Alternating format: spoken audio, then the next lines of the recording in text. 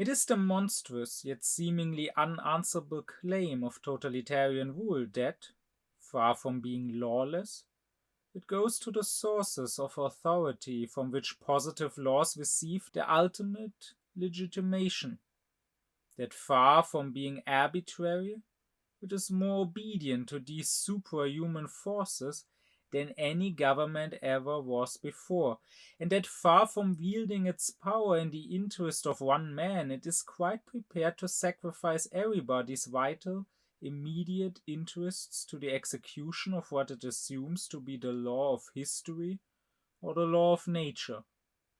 Its defiance of positive laws claims to be a higher form of legitimacy, which, since it is inspired by the sources themselves, can do away with petty legality.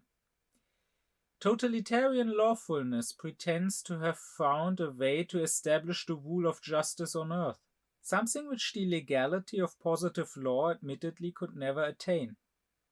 The discrepancy between legality and justice could never be bridged because the standards of right and wrong in which positive law translates its own source of authority, natural law governing the whole universe, or divine law revealed in human history, or customs and traditions expressing the law common to the sentiments of all men, are necessarily general and must be valid for a countless and unpredictable number of cases, so that each concrete individual case with its unrepeatable set of circumstances somehow escapes it.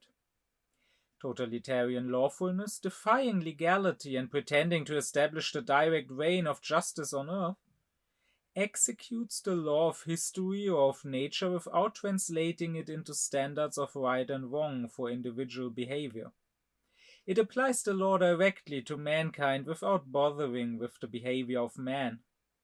The law of nature, or the law of history, if properly executed, is expected to produce mankind as its end product, and this expectation lies behind the claim to global rule of all totalitarian government.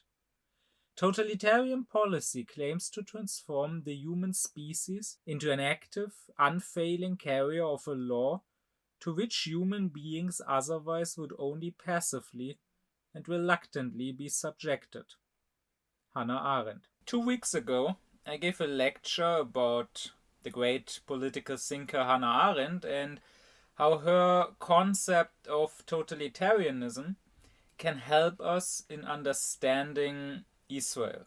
Also in understanding some other things happening around the world, understanding what is happening in the USA, understanding what is happening with Muscovy, but especially understanding Israel. I made clear that Israel is not fully totalitarian and cannot even be, according to Arendt, simply for no other reason because it is too small, because full-blown totalitarianism needs a huge human material that you can waste. But Arendt says that elements of totalitarianism can be in place even if you don't have full-blown totalitarianism. And I think some of those elements, at least, we can clearly spot in Israel. Now, this is supposed to be a continuation of that previous lecture, so I would advise you, if you haven't already, to first check out that other lecture. It's not strictly necessary to understand this one, but it is surely helpful. To briefly summarize, in that other lecture I looked at what you could call the outside of totalitarianism. And I made clear that unlike what people may think, totalitarianism is not simply more extreme despotism or tyranny. It doesn't mean that you have even less freedom, you're even more oppressed than in a regular dictatorship, and then it's totalitarian. No, it's something that is different not just by degree, but that is of a completely different quality. I made clear that in fact, there is no such thing as a totalitarian state. Rather, totalitarianism is sort of the antithesis to the state. The state provides steadiness, but totalitarianism is a movement that may first occupy a state, but that goes beyond the bounds of the state and ultimately transcends the state. The state is just sort of the headquarters, the basis of operation for the totalitarianism. But ultimately, totalitarianism is about a constant and never-ending accumulation of power. And more specifically, I said that in a state, power is limited, even in a despotic state, both inwardly and outwardly. Inwardly, you have certain structures, hierarchies, institutions, and above all, you have laws. Even if they are unjust laws, you have laws. While totalitarianism means lawlessness. It means not just that, like in any despotic regime, the judiciary is not independent. It means that there is not even a real legislative power. You could say there's only an executive power. It is ruled by decree that can change day by day, and not so much by law that is steady and where you know what you can expect. It is a rule by bureaucracy, by administration, that just gives orders, or, as I said, decrees. And outwardly, a state has boundaries because it has borders. And even despotic, even authoritarian regimes, their power ends at the border. For totalitarianism, I said, there are no borders, there are only frontiers. So there's maybe a limit to which the power reaches so far, but a totalitarian system will not accept those outside of its bounds as nations of their own, states of their own, with which it enters into diplomatic relations. Rather, it will strive, the tendency will always be striving towards world domination. What is outside the bounds of the totalitarian power is treated as a sort of no man's land, as a sort of wild west, a sort of jungle where you are free to conquer and to grab whatever you want. And so that means, once again, that totalitarianism may take over a state. But if it is true totalitarianism, which according to Arendt was only the case with the Nazi regime and with Stalin's regime in the Soviet Union, even regular fascism like Mussolini's in Italy or Franco's in Spain, Arendt says, took over the state, but did not really transform or destroy the state. It just filled all the institutions there were with its own people, with its own fascist party people. But the totalitarians, they destroy the state both inwardly and outwardly. And the fundament for that, or the root for that totalitarianism, I said, is imperialism, according to Arendt. Because in the imperialism in, say, America or Africa, you already have these elements, right? You have constant expansion, other people not being considered nations or states, but just savage tribes whose land does not really belong to them and can be grabbed. And inwardly, you have this rule by decree of military people or administrators, not by law. And this lawlessness is what makes the crimes in imperialism and in totalitarianism possible. Even unjust laws give you some sort of protection. That's why, as I said, in Western Europe, where countries were conquered, but were still somewhat left intact by the Nazis, 1 in 2 Jews survived, while in Eastern Europe, Poland, Ukraine, Belarus, the Baltics, only 1 in 20 Jews survived, because here, between the Nazis and the Soviets, statehood was crushed completely, and it became a sort of wild jungle. And when people are stateless, then you can do anything with them. That's why Arendt considered the right to statehood, the right to citizenship, the one true human right, because if you're a citizen, even a second-class citizen, you can fight for your rights. You can demand your human rights from a state. But if you simply don't belong to any sort of legal community, you are like a wild animal that anyone can shoot. You stop being a human being in legal terms, and there's no one you can turn to demand your rights from. And that's precisely the condition under which genocide can happen. Like if you consider the colonial crimes, or if you consider various genocides, they usually happen in situations of war or civil war or conquest, when statehood weaks down and when people don't belong, which of course is also the problem nowadays of refugees, but also clearly of the Palestinians, who are not even second-class citizens. I mean, maybe the ones in Israel are, but the ones in the West Bank or in Gaza, they are no citizens at all, and that is precisely why they can be ruled in a totalitarian manner. And lastly, I explained how imperialism can lead to totalitarianism, Arendt says, when this lawlessness and constant expanding in the imperial territory, when that sort of seeps back into the motherland, which can maybe be prevented if there's an ocean in between, like in the case of the British Empire.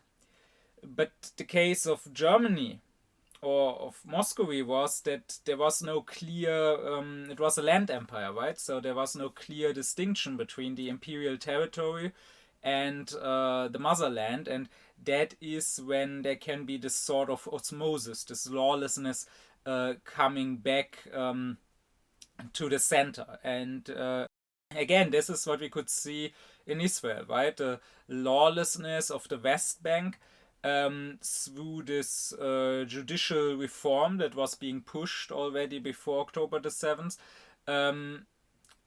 coming back into Israel proper.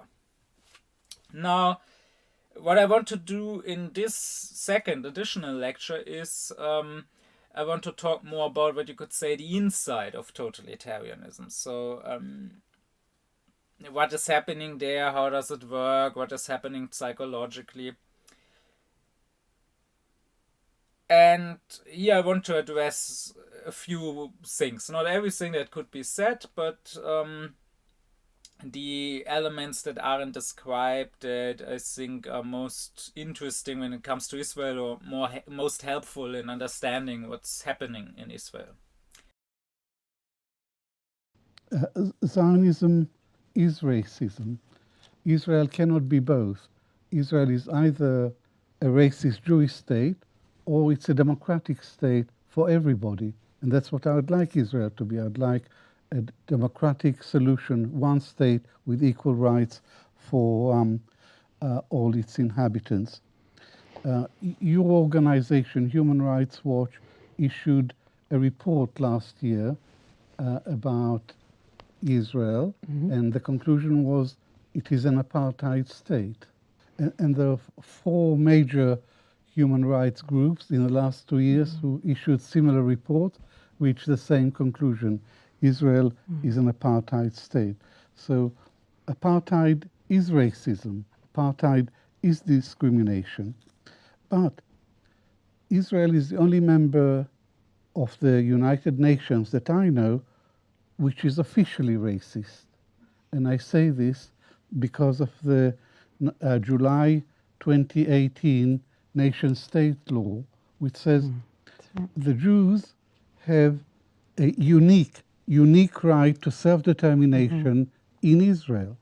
Unique means exclusive. Yes. It means Arabs have no right to self-determination. It means even if Arabs became a majority, they would still have no right to self-determination. So most certainly Zionism is a is a racist ideology, and it is largely responsible for the Nakba that has unfolded throughout the last century and continues today. First, and mostly in this lecture, I want to talk about ideology.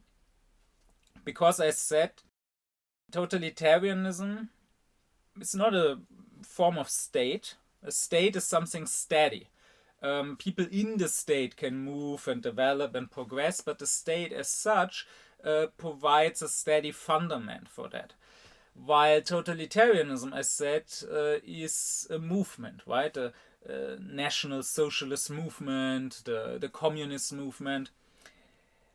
And it is a constant moving further and accumulating more power, becoming more lawless inwardly, expanding the territory outwardly. Well, if that's the case, you could ask the question, what is the motor of the movement? What makes the totalitarianism move? And here Arendt talks about ideology. She says totalitarianism always comes with some sort of ideology, which is not the case, once again, with regular despotism, right? A despot, a regular tyrant, he can just be an oppressor, maybe use some ideological tropes for propaganda, like saying he's for the people, whatever. But in general, there's no real ideology behind it. Well, in totalitarianism, there is. And here Arendt says it doesn't really matter what the ideology is. Just that there is an ideology. Like the Nazis had racism as an ideology. The Bolsheviks had communism as an ideology. But Arendt explicitly says that any ideology can turn totalitarian. It is not necessarily as such, that's important. She's not saying any ideological person is a totalitarian, but any ideology already has the potential to turn totalitarian, right? It's so it's not so much about the content, it's more about the form. Which, by the way, is an important distinction in philosophy. I can make this remark. If you want to understand anything in philosophy, no matter whether it comes to Arendt or some other thinker, you must learn to very clearly distinguish between matter, that is content, and form of a thing. And when it comes to ideology, we can put the matter, so what this specific ideology believes in, aside, and we can focus on its mere form that all ideologies have in common simply by virtue of being ideologies.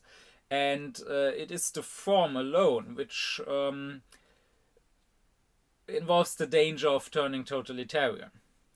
And well, if we follow Arendt in this, that any ideology can turn totalitarian, then clearly this would have to be true for Zionism too, right? At least for Zionism insofar as it is an ideology. This is another remark I want to make. There could be a big discussion about what Zionism is, because it has been both historically and presently understood in many different ways, and different Zionists have understood very different things by it.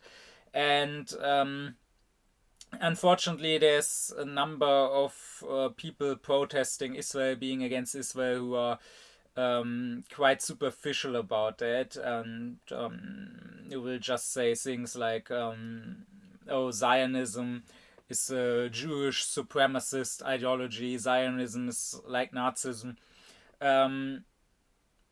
As a philosopher and as an Aufklärer, I'm interested in differentiating and in clear concepts, not in cheap polemics. It's one thing to criticize Israel, which of course you should very much do, but we can still try to do it in a proper manner. I would not go necessarily so far as to say that everything the word Zionism can mean or has meant to certain people is necessarily bad or is necessarily ideological. It depends on how you would understand Zionism, but that discussion would be a discussion that you could make its own lecture on. So here I want to talk about Zionism only insofar as it is an ideology. And as an ideology, just as any other ideology, it can turn totalitarian. But what is the problem with ideologies? Well, first of all, I want to stress that a state cannot have an ideology while at the same time staying a state. Of course, people in the state can have ideologies, right? If you have freedom of opinion, then sure, people can have this or that ideology personally. But the state as such cannot have a state ideology. Again, doesn't matter which. There cannot be a Nazi state, there cannot be a communist state, and there cannot be a Zionist state. As soon as the state adopts an official state ideology, the ideology necessarily will destroy the state. And again, as I explained in the previous lecture, that is what happens in totalitarianism. The state might be the headquarters, the basis of operation, but totalitarianism will end up destroying the state. Now, why doesn't an ideology and the state, why doesn't it go together? I think the fact that it doesn't go together can be shown empirically, right? When states adopted ideologies like Germany with the racist ideology, like Muscovy with the communist ideology, they became totalitarian. And also you can realize the other way around, that states that do have some sort of ideology, if they don't want to become totalitarian, which in many cases the leaders themselves don't want, right? Maybe they want to lead despotically, they want to be dictators, sure, they want the power, but they don't want what comes with totalitarianism. This constant movement, this chaos, this boundlessness, which sure would give them great power, but also could swallow them up. Well, in that case, if they don't want to turn their regular dictatorship into a totalitarian one, they have to let go of their ideology. And they will probably not do so officially, because that would not be very smart in terms of propaganda to say, oh, turns out my ideology is wrong, I don't believe in it anymore. But de facto, they will abandon their ideology. I mean, that is what happened to the Soviet Union, right? De-Stalinization to Arendt was de-totalization. And you could say that in the later years, the Soviet Union, I mean, of course, it's still said that it was socialist, and the ruling party still called itself the Communist Party. But you could say that under Brezhnev, you could say that in the 70s and the 80s, no one really believed anymore in the project of creating the communist classless society and the project of world revolution. I mean, it was pretty clear there was sort of a it was sort of what the leaders told the people, more or less, that yeah, sure, there's this other system, the capitalist system, the US, but they also have their problems. Not everything is good there, and so stick with what we have, and this is as good as it gets. It's not gonna get better. There's not gonna be the the utopian classless society. And similar with China, right? You could say there were totalitarian tendencies under Mao, but then also you could say that while they still call themselves communists, they pretty much have abandoned communism as an ideology, and they have done so to stay a state, right? Or likewise, look at a country like Saudi Arabia, where now even the women can drive, because at some point you have to decide what's more important to you, right? Your ideology or the economy. Like there will always be this this struggle. You can see that very clearly in Afghanistan under the Taliban now, right? Recently they turned off the internet for 3 days for ideological reasons, because the internet seduces people and so on. But of course, that very much hurts the economy when you cannot communicate properly, when you cannot even do bank transactions properly. And so the more pragmatic Taliban convinced the more ideological ones to turn on the internet again. And this is always a struggle, and if in this struggle the ideologists win out, that is when you get totalitarianism. Because for one, the thing with ideology is that it is always about a project, right? Ideology wants something, wants to create something. Now, whether that project is the superior master race and giving it living space in the East or making it rule the world, whether that project is the classless society, whether that project is the Jewish state, there is always some project that ideology wants to work towards. But a state, as such, cannot have a project. Again, the state is meant to be something steady. The state is an institution of right. It is an institution of justice. And if you read a philosopher like Fichte, he would say the state is there to solve one question, and that is, how can several free beings live alongside each other without taking each other's freedoms away, right? So as a human being, you have freedom, and if you live together with other human beings, they are also free, so they are free to murder you, or they are free to steal from you, and you from them, of course. So the state has to solve this by putting some restrictions on freedom, but only as many as are necessary to retain freedom, right? So taking, for example, our freedom to murder each other so that we stay free to be alive, taking our freedom to steal from each other so that we keep the freedom of having our property. And if you have an ideology, on the other hand,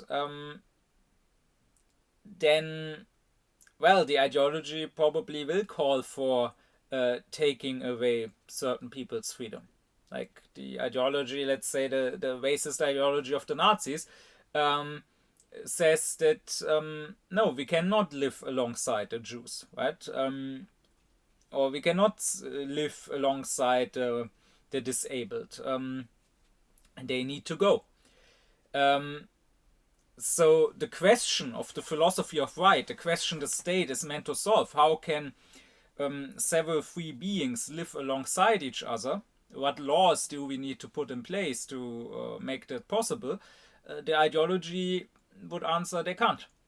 Several free beings can't live together. Or maybe they can, but that's not our aim. That's not a worthwhile goal to us. Our goal is another one. And our goal calls for some of the free beings to go. Right? the Aryans cannot live alongside the Jews.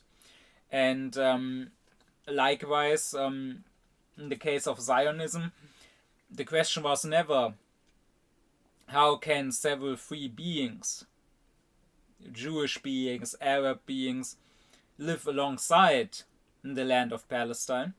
If that had been the question, then they would have erected a state, a binational state, like more sensible Jews like Albert Einstein or Hannah Arendt wanted. No, the question was, how can Jews live in Palestine and how can Jews erect a Jewish state? And if that is your question, the question is not how can Jews and Arabs live alongside each other in freedom, but how can have Jews a state there, then of course the only logical answer is by getting rid of the Arabs. By ethnic cleansing, by genocide, whatever, but you have to get rid of the Arabs. So that is the problem. If you have some sort of project you want to realize, then you cannot realize justice. You cannot realize everyone living together with full rights. But that, realizing that, is the state's job. So in other words, if you have an ideology, you cannot have a state. Any philosopher, be it Kant, be it Fichte, would tell you you can only have one principle. I mean, that's what the very word principle means, right? Principium in Latin is the first. It's the beginning. And if you try to have two principles, when there's a conflict, you will have to choose one, right? That is why, for example, Kant says our actions can be under the principle of happiness or under the principle of morality. They cannot be both, right? Sure, there are many situations in life where you can seek your happiness while still being a moral person. But the question is, what will you do if you have to choose? Like if you are shipwrecked and you survive on a small boat with a child, and you're drifting to an island, but you don't have enough food to reach the island. So now what are you gonna do? You could kill the child and become a cannibal and eat the child to make it till the island, thereby following the happiness principle, thereby following your own self-interest, but then you're abandoning morality. Or you could stay moral, not kill the child, and thereby abandoning your self-interest, thereby starving. So the same is true for the state. Surely there are instances where the state and where justice and some ideological goal might not directly contradict. But when they do, then what are you gonna do? You have to pick one, right? So in the case of Israel, you want a Jewish state or a Jewish democracy. That doesn't necessarily always contradict. Like it would not contradict, for example, if you had a state where indeed everyone just happened to be a Jew. But there can be instances when it contradicts. Like when you have, as is the case between the river and the sea, and I said in the last lecture that we have a one-state reality, right? There is one state that rules all the land between the river and the sea. Doesn't matter that Israel has not officially annexed the West Bank or Gaza, de facto it has. So in this territory you have about the same number of Jews and non-Jews, Palestinians, and that means that there's a conflict between a Jewish state and a democratic state, because you can of course not have a Jewish democracy if the Jews are not all the demos, all the people. So in this case you have to pick, and if you pick the ideology, so in this case Zionism, saying you want a Jewish state, then you have to abandon the rights, you have to abandon justice. In this case, you have to erect an apartheid state, right? You cannot let the non-Jews participate in democracy.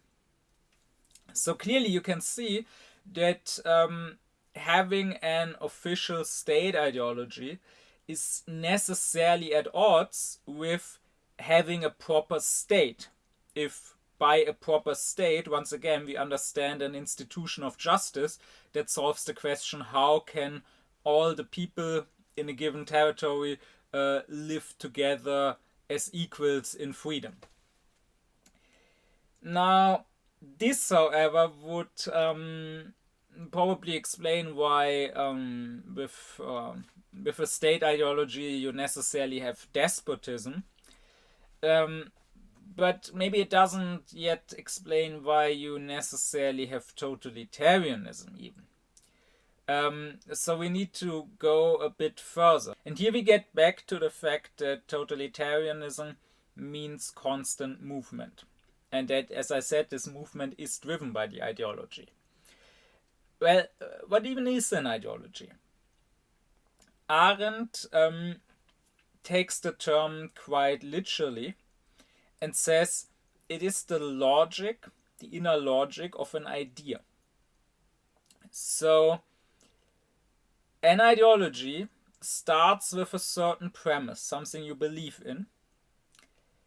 And then the thing is, if you logically draw conclusions from that, you will necessarily arrive at totalitarianism. You have no choice here. The only choice would be to be inconsistent, to not draw the proper conclusions, which surely many people believing in an ideology do, because again, not everyone who follows an ideology becomes totalitarian. But they would have to become totalitarian if they were to think it through. The terrible thing about totalitarianism, Arendt says, is its necessity, its compulsion. Because that is what logic does, right? It compels you to think in a certain manner.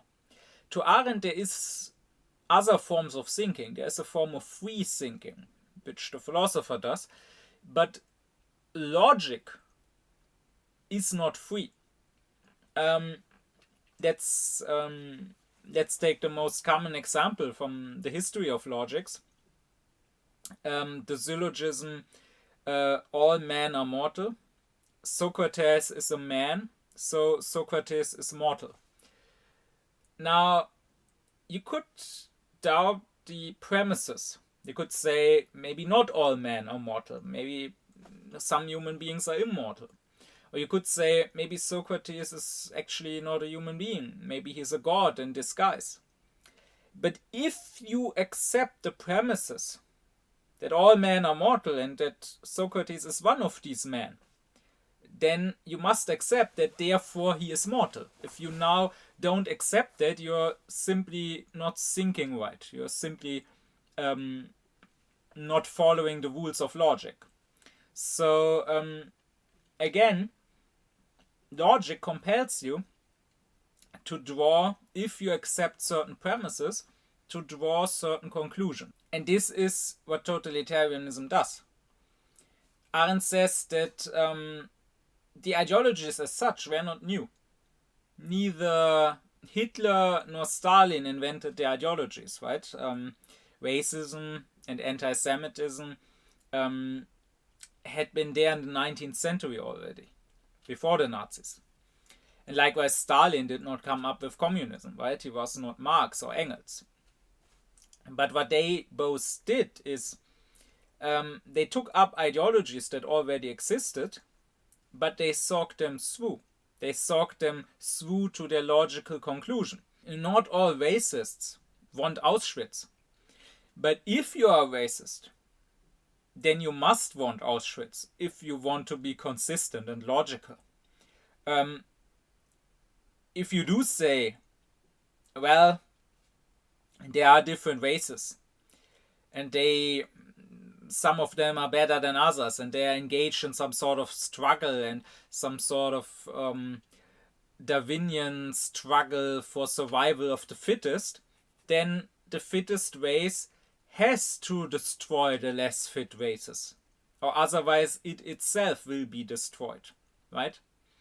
Or if you say that history is the history of class struggle and ever moving forward, and that the more progressive classes have to win in this struggle over the obsolete, the old, anachronistic, reactionary classes, then yes, you need these Stalinist purges. Then yes, you need to collectivize the kulaks, the farms, even if it leads to hunger, even if it leads to the death of millions. And there is this logical compulsion that makes it so that anyone subscribing to this ideology has no real arguments against it. Like the less extreme people will just appear to be the less consistent people, the less logical people. The only way you can stand against this is by not accepting the premise at all, is by radically rejecting the ideology as a whole. But those who do accept the ideology and then just want to be less extreme, they have no arguments against the extremists who turn a totalitarian, because the extremists are right if we accept the premise of the ideology. And this, that the totalitarianism comes simply from thinking through and thinking to its logical conclusion, the ideology, which also justifies everything you do, right? Even killing millions is justified as a means to an end. If you already accept the ideology and accept we want this end, we want to rule as the master race, or we want a classless society, or in the case of Zionism, we want this Jewish state. If you already accept this end, and then it is shown to you that you need these means to reach that end, then you cannot reject these means. You can reject them if you reject the end, but otherwise you have to accept these means, right? Like as the Nazis would say, you cannot make an omelette without smashing some eggs. If you don't want to smash eggs, you can say, okay, I will not make an omelette. But if you already accepted that we are making an omelette, then you cannot reject when I say, okay, let's smash eggs now. You will just look stupid and inconsistent. And that this is the case also with Zionism can probably best be shown by looking at Jabotinsky. Now, let me first explain a bit about Jabotinsky, because maybe not everyone knows him. So I will say, if you have never heard the name Jabotinsky, then it shows that you basically know nothing about Zionism, about Israel, about the history and politics of Israel, which is all right. Not everyone has to know about everything. I also know nothing about many things, but I find it striking how many people make judgments, like saying, "Oh, there's no genocide. You are anti-Semitic if you say there's a genocide," without knowing anything about the thing they are judging. I will not accept anyone telling me that Israel is not committing genocide or is not an apartheid regime who doesn't know who Jabotinsky is. And I find that especially striking as a German, because here in Germany, I mean, you still get cancelled for saying genocide or apartheid or settler colonialism. Germans at this point, they completely live in their own bubble. They have completely disconnected from the general worldwide discourse, which is typical because Germany is very provincial. Like, they are always only self-centered. But the thing is, which is of course also part of being self-centered, not only do they not care about the Palestinians, I mean, they're just straight up racist. They can all die as far as these Germans care. But they also, despite pretending otherwise, they also don't care about Israel or about the Jews. They, of course, claim to care very much, but they don't. And one way you can tell is by how little they know about Israel. Like, ask the average German who supports Israel who Jabotinsky was, he can't answer you. The simple fact is that the Israel that Germans defend is an Israel that only exists in their heads, right? They have this image of this oasis in the desert or this villa in the jungle, as previous Israeli Prime Minister Barak said. They have this image of Israel as this nice Tel Aviv, young, secular, friendly, cosmopolitan people dancing in the desert. Sure, dancing on stolen land, dancing on the ruins of Arab villages, but dancing, celebrating life, right? Being surrounded by anti-Semitic barbarians who just for no reason hate them and want to attack them. And of course, this has nothing to do with reality. And Germans don't bother looking at the reality. You would think if they loved Israel so much, they would learn about Israel. But the only thing they love is their self-image. This is just about telling others, but most of all telling themselves, that they are the good guys now, that they learned from history, that they that's why they are on the side of the Jews now. But it's not about actual Jews, or it's not about actual Israel. And of course, this image of Israel they have, I just described, is essentially the image they have of themselves, right? They think that we, in Germany or in Europe or in the West at large, we are these nice, humanist, secular, enlightened people, and we are surrounded by these hordes of brown people that are needlessly aggressive, that are fundamentalists, that just want to kill us, right? All these refugees coming here. So there's a lot of projection. A lot of the sympathies for Israel come from them seeing themselves in Israel. I mean, there's a reason our Chancellor Merz said Israel is doing our dirty work when they are killing brown people. But anyways, Jabotinsky. Zev Jabotinsky was one of the early Zionist leaders leading up to the creation of Israel. He himself did not live to see it. He died shortly before Israel was founded. But he was an important Zionist leader, and he is considered the father of what is called revisionist Zionism, which is basically right-wing Zionism. And maybe the best way to get sort of idea of Jabotinsky or of revisionist Zionism is looking at his spiritual children. So the revisionists leading up to the creation of Israel had this terror organization. So as you might know, Palestine used to belong to the Ottoman Empire, and then after the empire losing in the First World War and being dissolved, it was a British mandate, British colony essentially for about 30 years. And in that time there was this terror organization that subscribed to revisionist Zionism, so that subscribed to Jabotinsky, which was called Irgun. And they did terror attacks against Palestinians, against the British occupiers, Against Jews they didn't like Jewish women who were involved with British.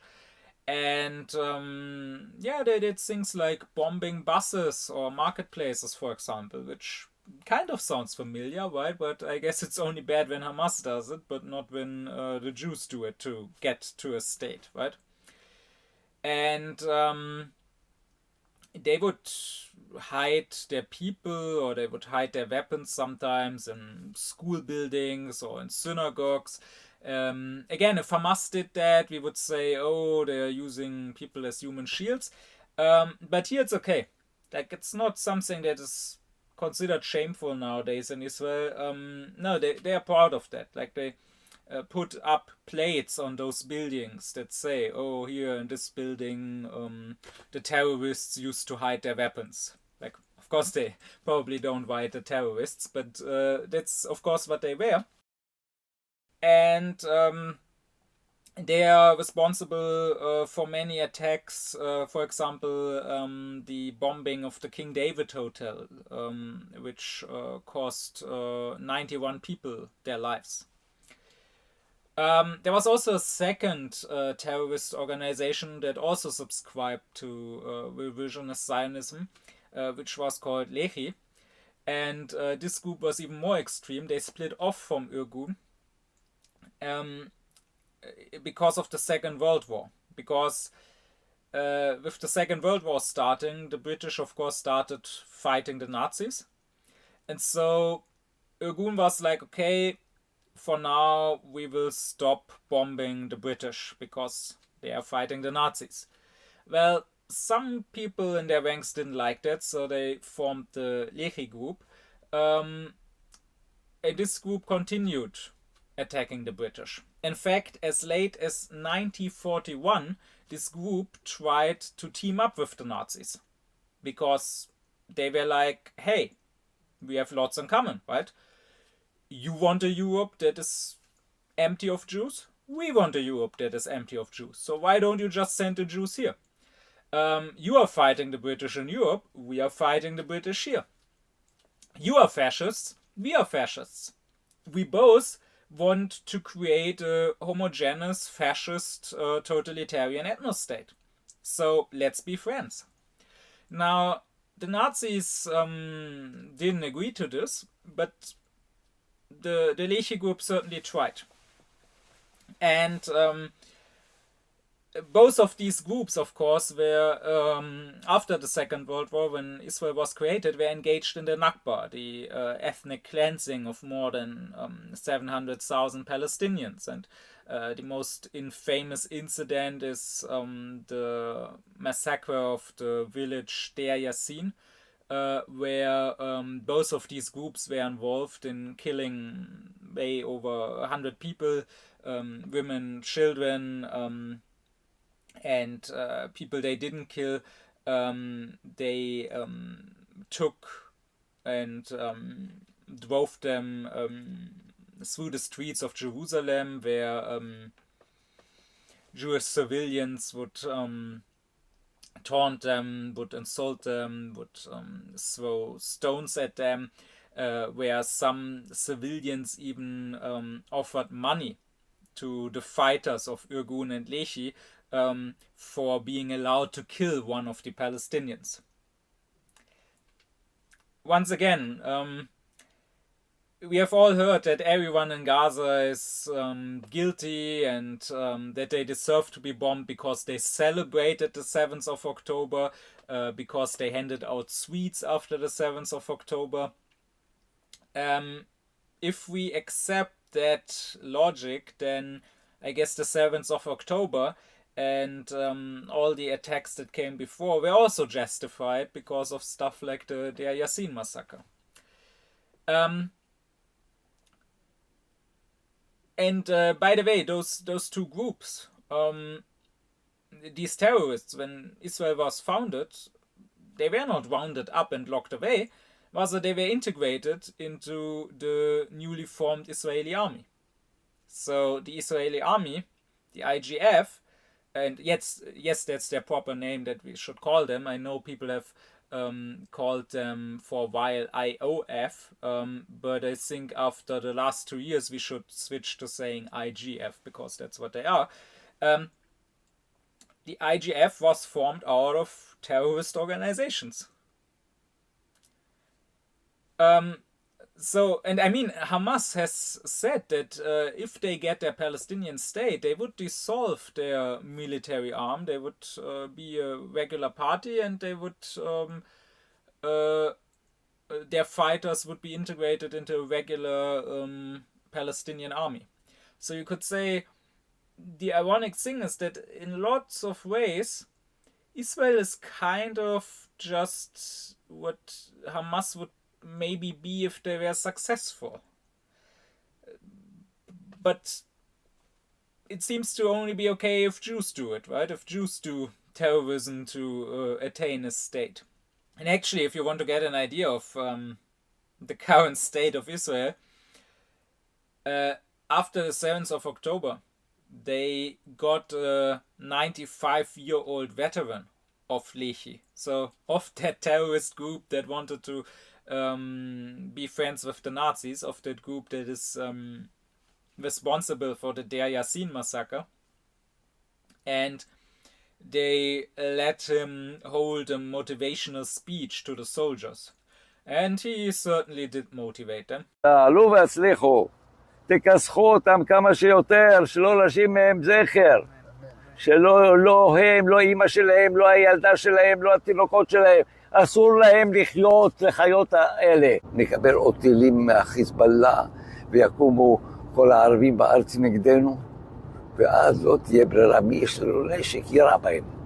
אתה יש לך שכן ערבי, אתה לא תחכה שהוא יבוא אליך הביתה. תיכנס אליו הביתה ותירה בו. And Israel's president, Isaac Herzog, who, I will point out, does not belong to the revisionist Zionist. He is not a right-winger, he's a left-winger. He's center-left, he's a social democrat. He was in the opposition for a long time against Netanyahu. He said that this guy is an inspiration. And he gave a medal to that guy. So, that is Israel for you. But the revisionists, these two terrorist groups, they did not just end up becoming part of Israel's army. They also ended up forming a party. Menachem Begin, who was the leader of the group Irgun, who was responsible for this bombing of the King David Hotel with 91 people dying, he formed a political party. And when he went to visit the US, several Jewish intellectuals, amongst them Arendt and amongst them Einstein, wrote an open letter and warned of Begin and his party, saying that his party, the party of the revisionist Zionists, the party following the teachings of Jabotinsky, that his party was akin in its ideology and in its organization to the Nazi and fascist parties of Europe that had just been defeated in the Second World War.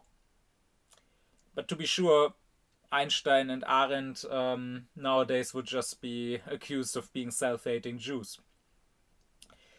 Now, despite their warning, Begin's party came to govern Israel in 1977. Begin became the first prime minister of this revisionist Zionist party. And then after him, the second prime minister of that party became Yitzhak Shamir, who, like Begin, had been the leader of Irgun. Shamir had been one of the leaders of the Lehi group, so these guys that had tried to team up with the Nazis. And if you ask which party was that, well, it was the Likud party that is currently in power, the party of Prime Minister Netanyahu. I mean, back then it was not yet that party, it had another name. It's a bit more complicated because they ended up fusing with other groups later and only then came to be known as Likud. But it was the party that Einstein and Arendt and others warned of was basic because of its fascism, was basically the Likud party. So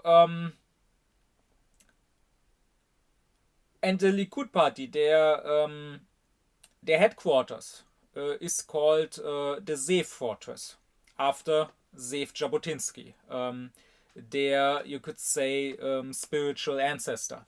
And indeed, Netanyahu's own father used to be the secretary of Jabotinsky. So this is just to give you an idea who we are dealing with. And by the way, in the current Israeli government, the Likud party is considered to be the more moderate partner, right? Their coalition partners are the more extreme ones.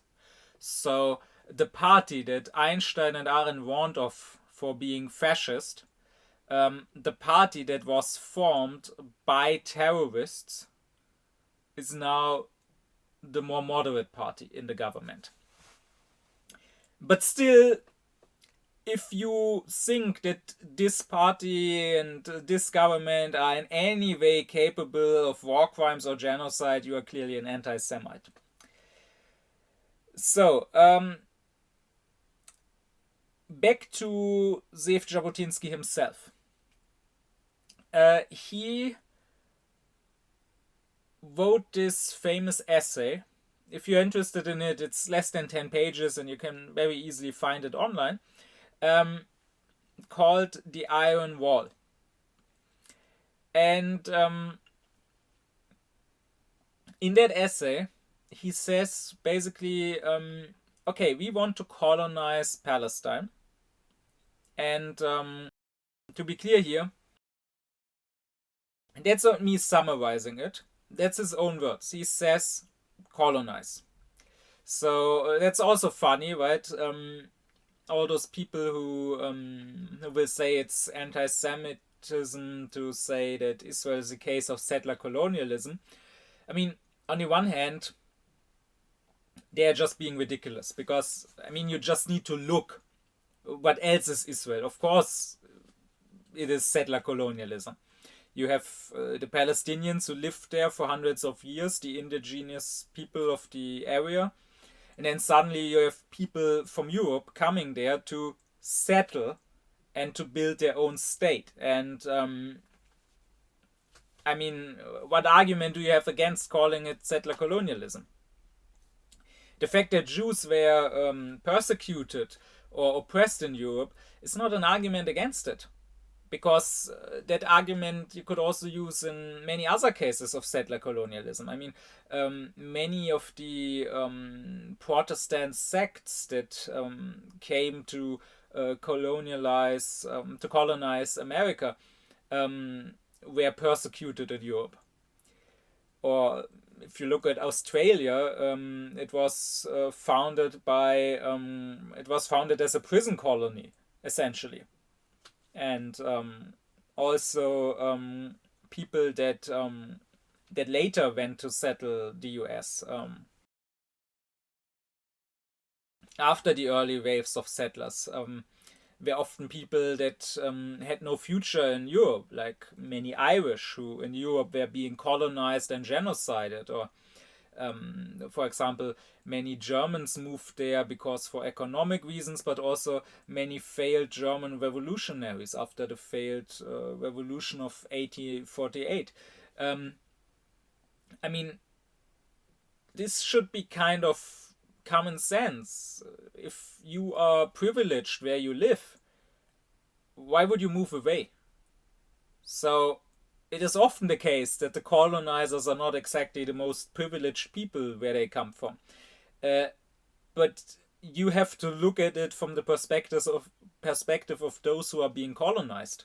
If this is your land where your ancestors lived for hundreds of years and suddenly strange people with other customs and other culture from across the ocean come around and steal your land, the fact that maybe these people are oppressed where they come from, the fact that these people maybe are Jews or maybe they are English or maybe they are Irish or maybe they are Polish, it doesn't really change that much for you. You still get your land stolen.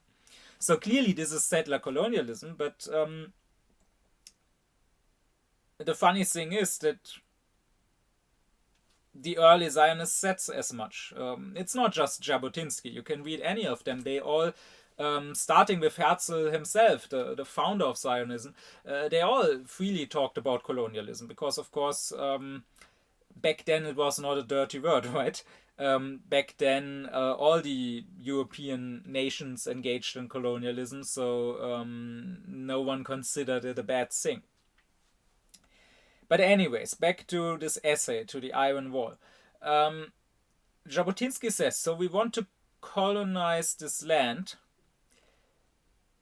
History tells us that the indigenous people of the land never accept being colonized. Like we can see that with the Indians in America and so on. So the more liberal, the more leftist Zionists are naive if they think that this can go without force, if they think that we can just trick the Arabs somehow, that we can just find some agreement with them, buy the land from them, or hide from them just how much land we want to take. This is not gonna work. The Arabs are not gonna be so stupid. And the Arabs are going to resist. So what we need, Jabotinsky says, is to erect an iron wall between us and the Arabs. And he does not necessarily mean like actual physical wall, it's more of a metaphor. He means power, he means force, he means strength. He says the Jews need to acquire strength, they need to acquire military might that can crush the Arabs, against which the Arabs are powerless, so that we can force the Arabs to accept our settlement here in their land. And then when we have created a Jewish majority and we have all the strengths, and the Arabs are a minority and they are weak and powerless, then maybe we can try to find some agreement with them, because then they will have to accept us. But first, we have to push them down. And I mean, this has been Israeli politics, and it is now basically official politics. I mean, last year they started in the wake of October the 7th, and all eyes were on Gaza. They used that to ethnically cleanse large parts of the West Bank, right? Like the Jordan Valley is basically empty of Palestinians now. And almost no one is talking about that or looking at it, because, again, all eyes were on Gaza.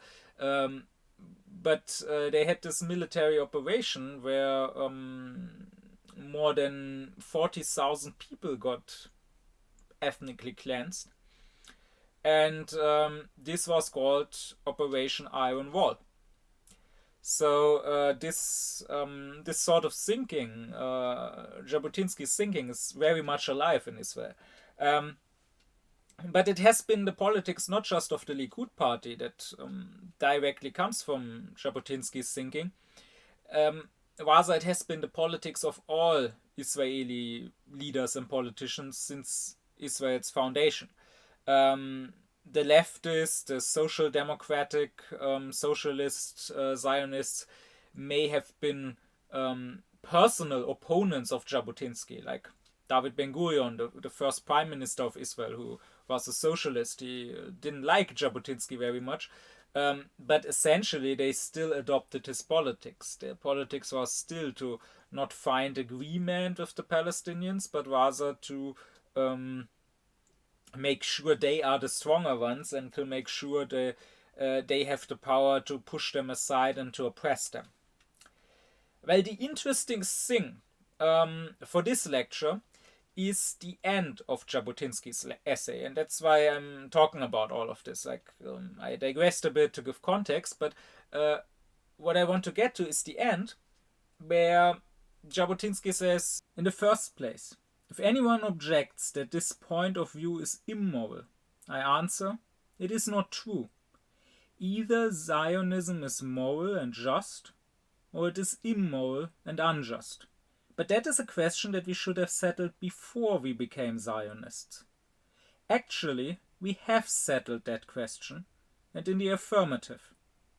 We hold that Zionism is moral and just, and since it is moral and just, justice must be done, no matter whether Joseph or Simon or Ivan or Ahmed agree with it or not. There is no other morality. And this I find to be exemplary. Like, this really perfectly exemplifies what Arendt talks about. This is this logic of totalitarianism. Not every Zionist consciously wants that. Like, I will totally concede that there are Zionists, or that there were Zionists that wanted to be nice guys to the Arabs, but they were the inconsistent ones. They were holding an illogical position, and that is why they could not really criticize what Jabotinsky said. You can criticize it if you reject Zionism wholesale, but if you accept the premise of Zionism, well, you can only realize Zionism through this iron wall, through force, through pushing the Arabs away.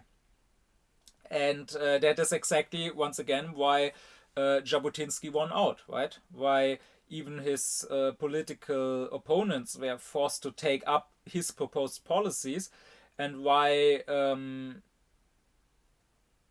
for the last decades, since they first came to power in 1977, most of the time the revisionist Zionists have ruled Israel, because this is just the logical conclusion of Zionism. And the logical, and therefore the more extreme, the more totalitarian point of an ideology, because it is more logical, because it is more consistent, must always win out in the end. And we can find that that same line of thinking nowadays. So, for example, if you take someone like Daniela Weiss, who is one of the leaders of the settler movement in the West Bank, and who very proudly claims to have been involved, because she has been at it for decades, in the establishment of almost all the settlements, when asked if she supports terrorism, she said something interesting. She said, I'd read a couple of things suggesting that you were viewed as an extremist and possibly sympathizing with Jewish or Israeli terror. The confrontation is not over terror. The confrontation is just on whether yes or no, we stay here. So what is she saying here? If we put it more directly, she is saying the question is not about the means. The question is just about the ends. Those more moderate Zionists who criticize us settlers for being terrorists, you cannot take them seriously, because at the end of the day, they agree with our goal. They agree with us settling this land. Well, then they must agree with our means, with our terrorism. If they don't want the means, then they have to reject the goal completely. And here I have to sort of correct something I said in the previous lecture about totalitarianism, and that I also repeated in this lecture. I said that totalitarianism is lawless. I said that essentially it destroys the state and throws back people into the state of nature, right? In philosophy, since Hobbes, there's this idea that we have the state of nature where there's no state, no laws. And here, as Hobbes says, we have the war of all against all, and we have might makes right, and of course the biggest might is with the totalitarian movement, because here you don't have an individual, you have a whole movement that accumulates power. So if in the state of nature you don't just have individuals fighting each other, which is what Hobbes talked about, but you have a mass of individuals that form a movement, then of course they will crush everything else. And I said this is what totalitarianism is. It destroys the state. It brings us back into the state of nature and therefore into lawlessness. In fact, that's not quite right. That is only half the truth, let's say. Because totalitarianism is lawless only in juridical, only in legal terms. But it does in fact have a law that it follows, the law of its ideology. Because Arendt would say no form of power, no form of government can be utterly lawless. I mean, this would just be chaotic. There needs to be some sort of law. But she says that in a regular state, you have laws that are clearly man-made. And then you have what Kant would call the idea of justice, which is an idea of our reason, right? We can think about what should be, what would be just. And the actual existing laws will never quite fit with our idea of justice. I mean, they can come closer to it or less close. But since they are man-made, they will never be perfect. And one issue, of course, Arendt would say is that they have to be general. Like a law has to be general and apply to all the cases. But there will always inevitably be some case that doesn't quite fit within the law, and where we say, okay, maybe according to the law this person is guilty and needs to be punished, but that doesn't quite feel just. There should be an exception in this case.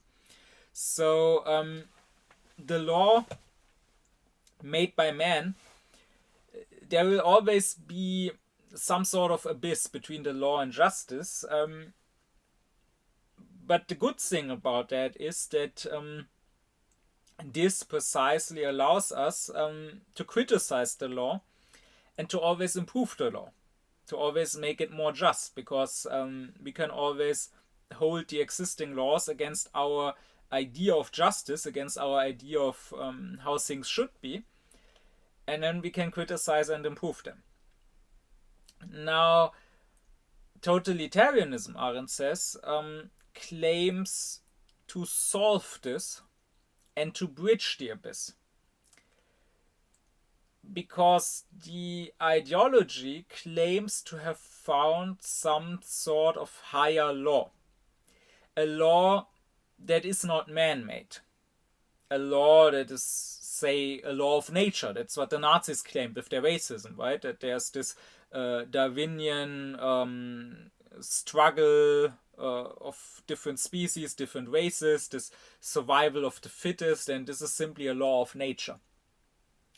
Or a law of history, as the communists claimed, right? The law that allegedly Marx discovered, that history follows this dialectical curse, it's this history of class struggle, and it always has to progress in one direction. And the ideology claims to have found this higher law, and so in that sense totalitarianism does not consider itself lawless. It has no laws in the regular legal sense, because it says it doesn't need those man-made laws because it follows this higher law. And this higher law cannot be criticized. Here, the law and the justice are one, right? Precisely because it is not an artificial and somewhat arbitrary creation of man, but it is the law of nature or the law of history. It cannot possibly be unjust, right? If you create laws that oppress a certain group, like the Jews, or the blacks in other cases, if you come if you create racial laws, if you create apartheid laws, as long as you consider those man-made laws, then they can be criticized. Then you can say, well, my reason, my idea of justice tells me that all men should be equal. So oppressing a certain race, those laws are unjust. We need to change them. But if you say that you're following some law of nature where the fittest has to survive and the less fit have to die out in the struggle for survival, and if they're not killed, then the fittest himself will not survive. And now the Jews are being killed. Now you have concentration camps. Now you have genocide. You cannot possibly say this is unjust. This would be illogical. It would be like saying the lion killing the zebra or the gazelle is unjust. Or even the lion who takes over a pack from the male lion, taking over a pack from another male and first killing the children of that other male before siring his own children, calling that unjust. You cannot say it's unjust. It's simply nature. It's not something that these creatures like the lions simply chose to do, and they could have chosen to do something else, but rather this is just how nature works. There's no way to criticize it. And what the ideology claims is that the same is true for what the totalitarian does. So this, of course, this is the way how people can kill millions, how people can commit genocide and not feel responsible, not feel guilty, because they can claim, and at any level, it's not just that the lower levels can say, oh, I only followed orders. Even the highest level, even the leader himself, can in a way say, I only followed orders. Like the way Hitler saw it, it's not that he just arbitrarily decided that he personally, Adolf Hitler, did not like Jews, and therefore he gave the command to kill Jews, and if he had not done that, then everyone could have lived in peace. But the way he saw it is, he just enacted the law of nature. So he also just followed orders, the order of nature, so to speak. So you could say that to the totalitarian mind, there is no freedom, and therefore there is no responsibility, there is no guilt. And all the crimes of totalitarianism, all the millions of people that are being killed, they would have died anyways. If anything, all the totalitarianism does in its own mind is speeding things up. So things that otherwise would have happened maybe at a slower pace, maybe over decades or centuries, are now done at once. But it was inevitable anyways that the subhumans had to die, or that the old reactionary classes had to go. And so therefore, speeding that up was not a crime. And this is the terrible logic of totalitarianism. This is the terrible logic of any ideology, of any system where the laws are not man-made and therefore cannot be judged on whether they are just or not, but where you claim to follow some sort of higher law.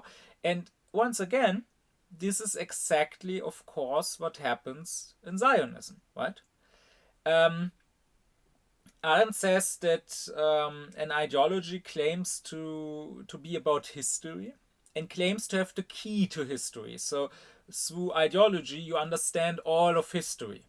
Well, that's exactly what the Zionist ideology also claims.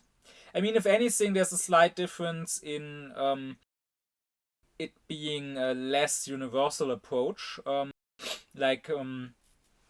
The Nazis would have said that their ideology applies globally, right, to all people, everything, even beyond the people, even to animals. Everything is engaged in this Darwinian struggle for survival.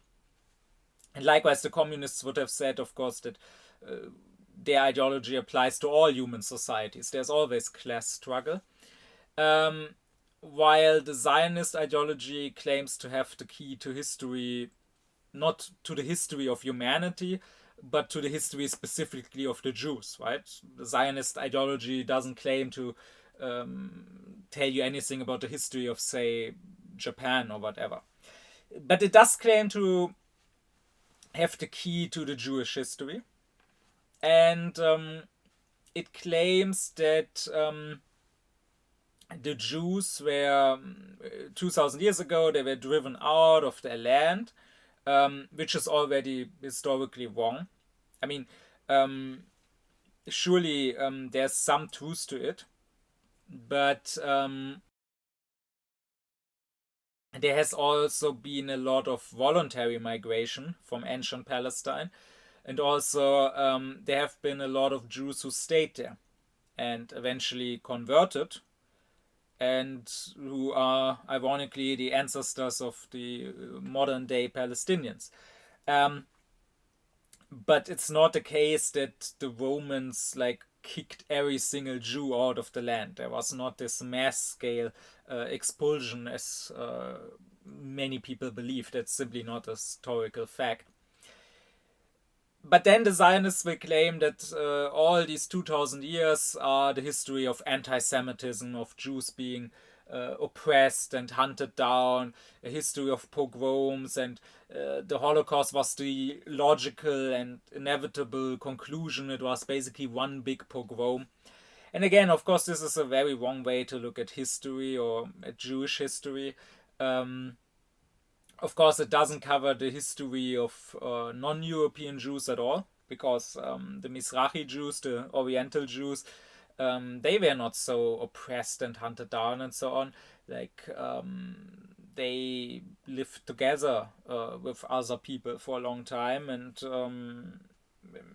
their history was a lot more complex, right? And they sometimes had high positions, even as Grand Vizier, or in the case of Maimonides, the most important Jewish philosopher of the Middle Ages, he was the court physician of the Sultan Saladin, right? Not exactly a history of total oppression. And even in Europe, of course, things are more complicated and nuanced than Zionism would probably have you believe. But still, there's this claim that that anti-Semitism is everywhere. And now the Jews are always threatened by a new Holocaust, could basically break out at any moment. And that is why they need Israel, they need this Jewish state, they need to come back to their homeland, and that is their safe haven. Or, as I have often heard here in Germany, it's their life insurance.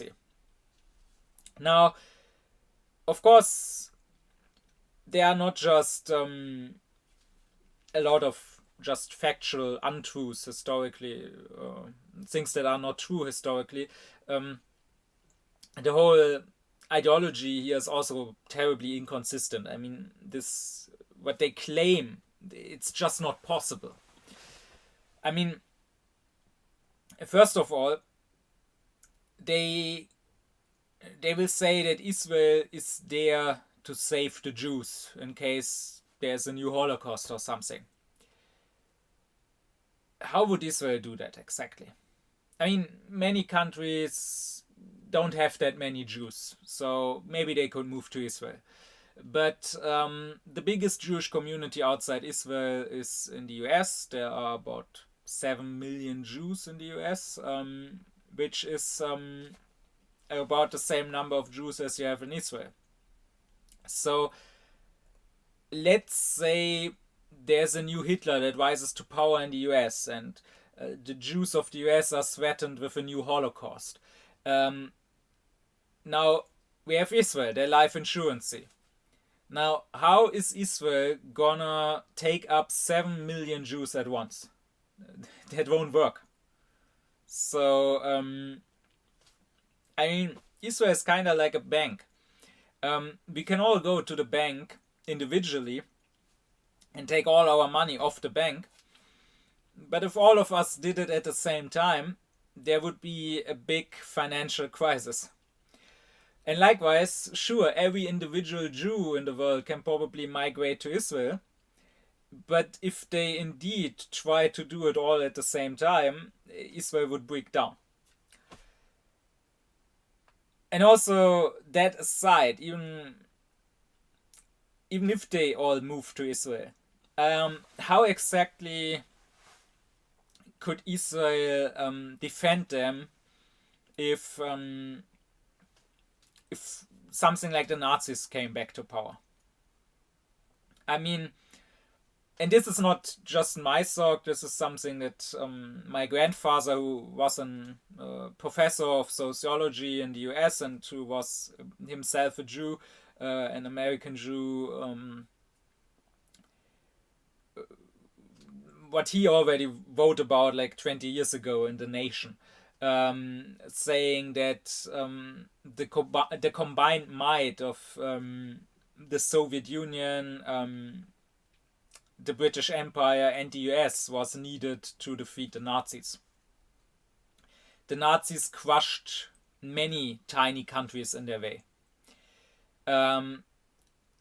So if the Jews have a tiny country, but if indeed, as Zionism claims, the whole world is anti-Semitic and the whole world could turn against the Jews, that tiny country would not be able to survive.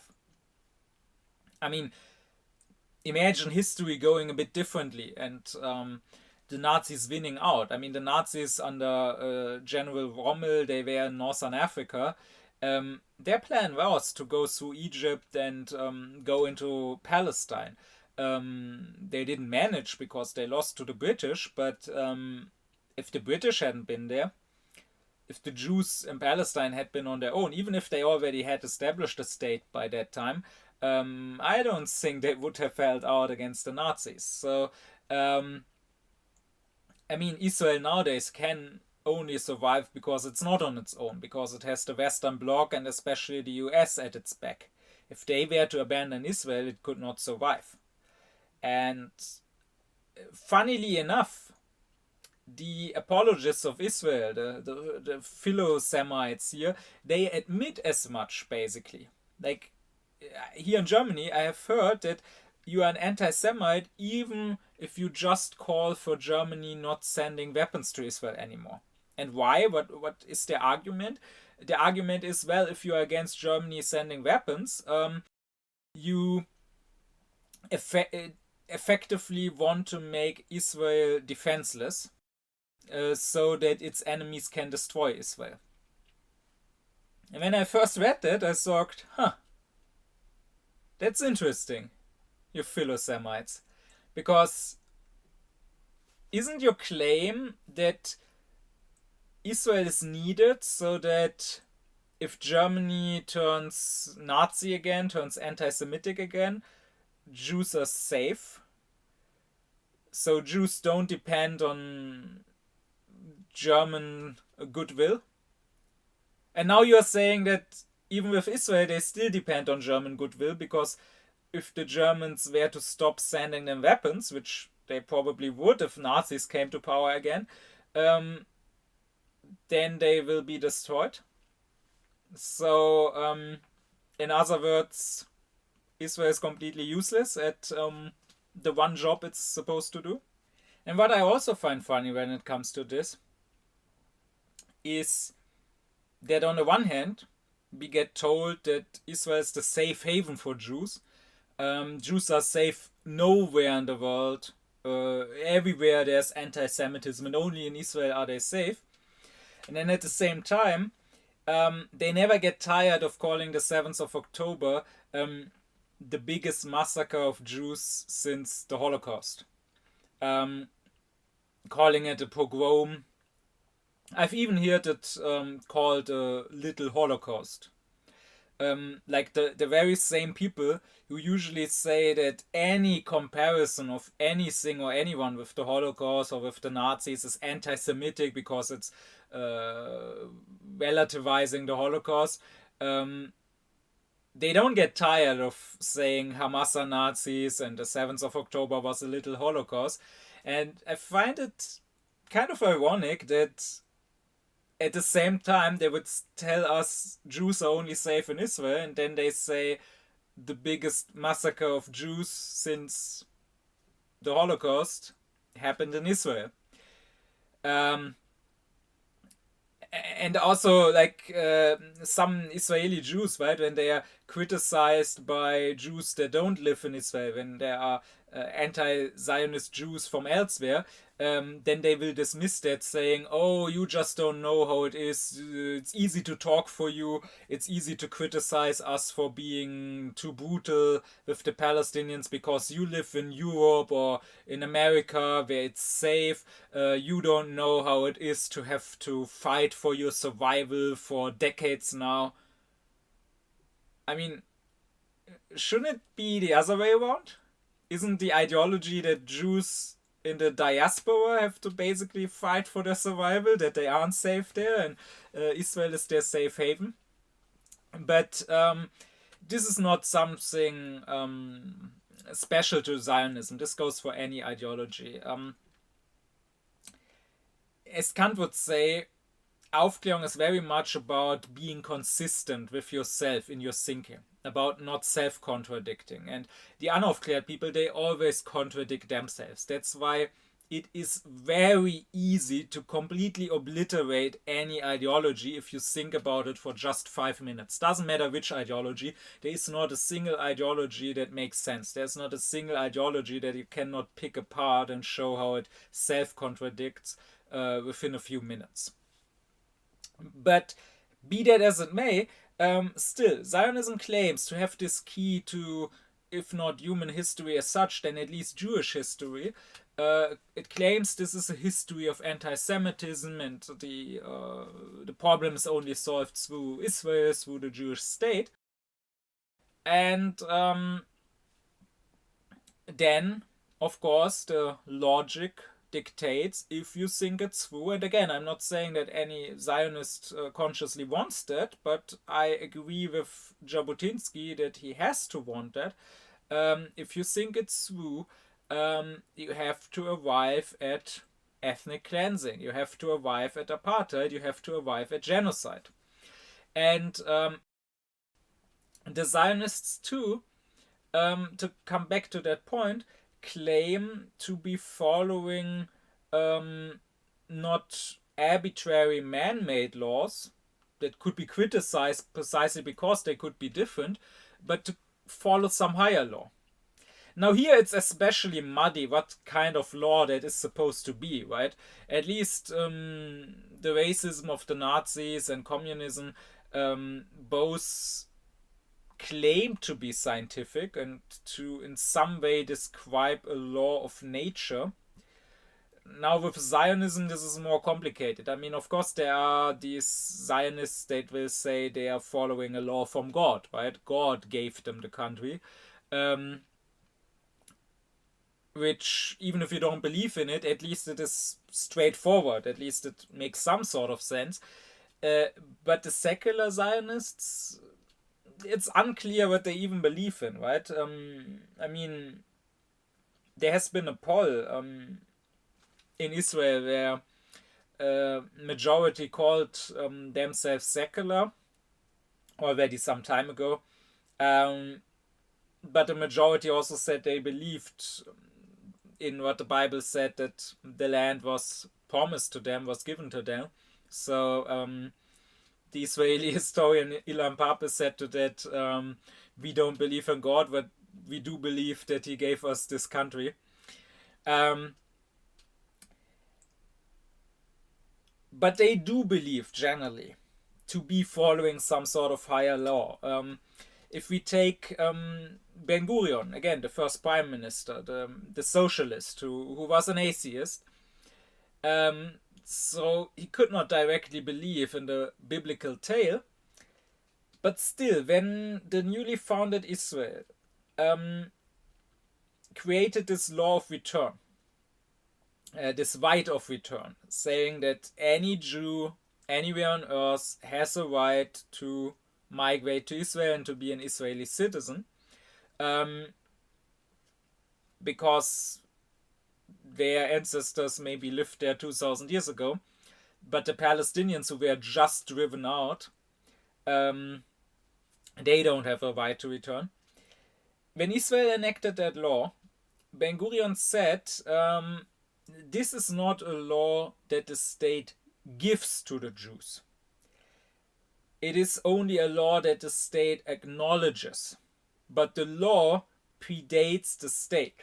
The Jews simply have this right to come to this land and to settle here, to own this land. They have this right by nature, or they have, that's what he said, they have this right because of the historical connection they formed with this land. In which case, of course, you could ask once again, haven't the Palestinians also formed a historical connection with the land? And they simply have this right, and the state simply acknowledges this right. Now, of course, when you hear that, you could just say, okay, this is pure nonsense. And of course it is. Ben-Gurion was, of course, completely uneducated in philosophy at large, and here specifically in the philosophy of right.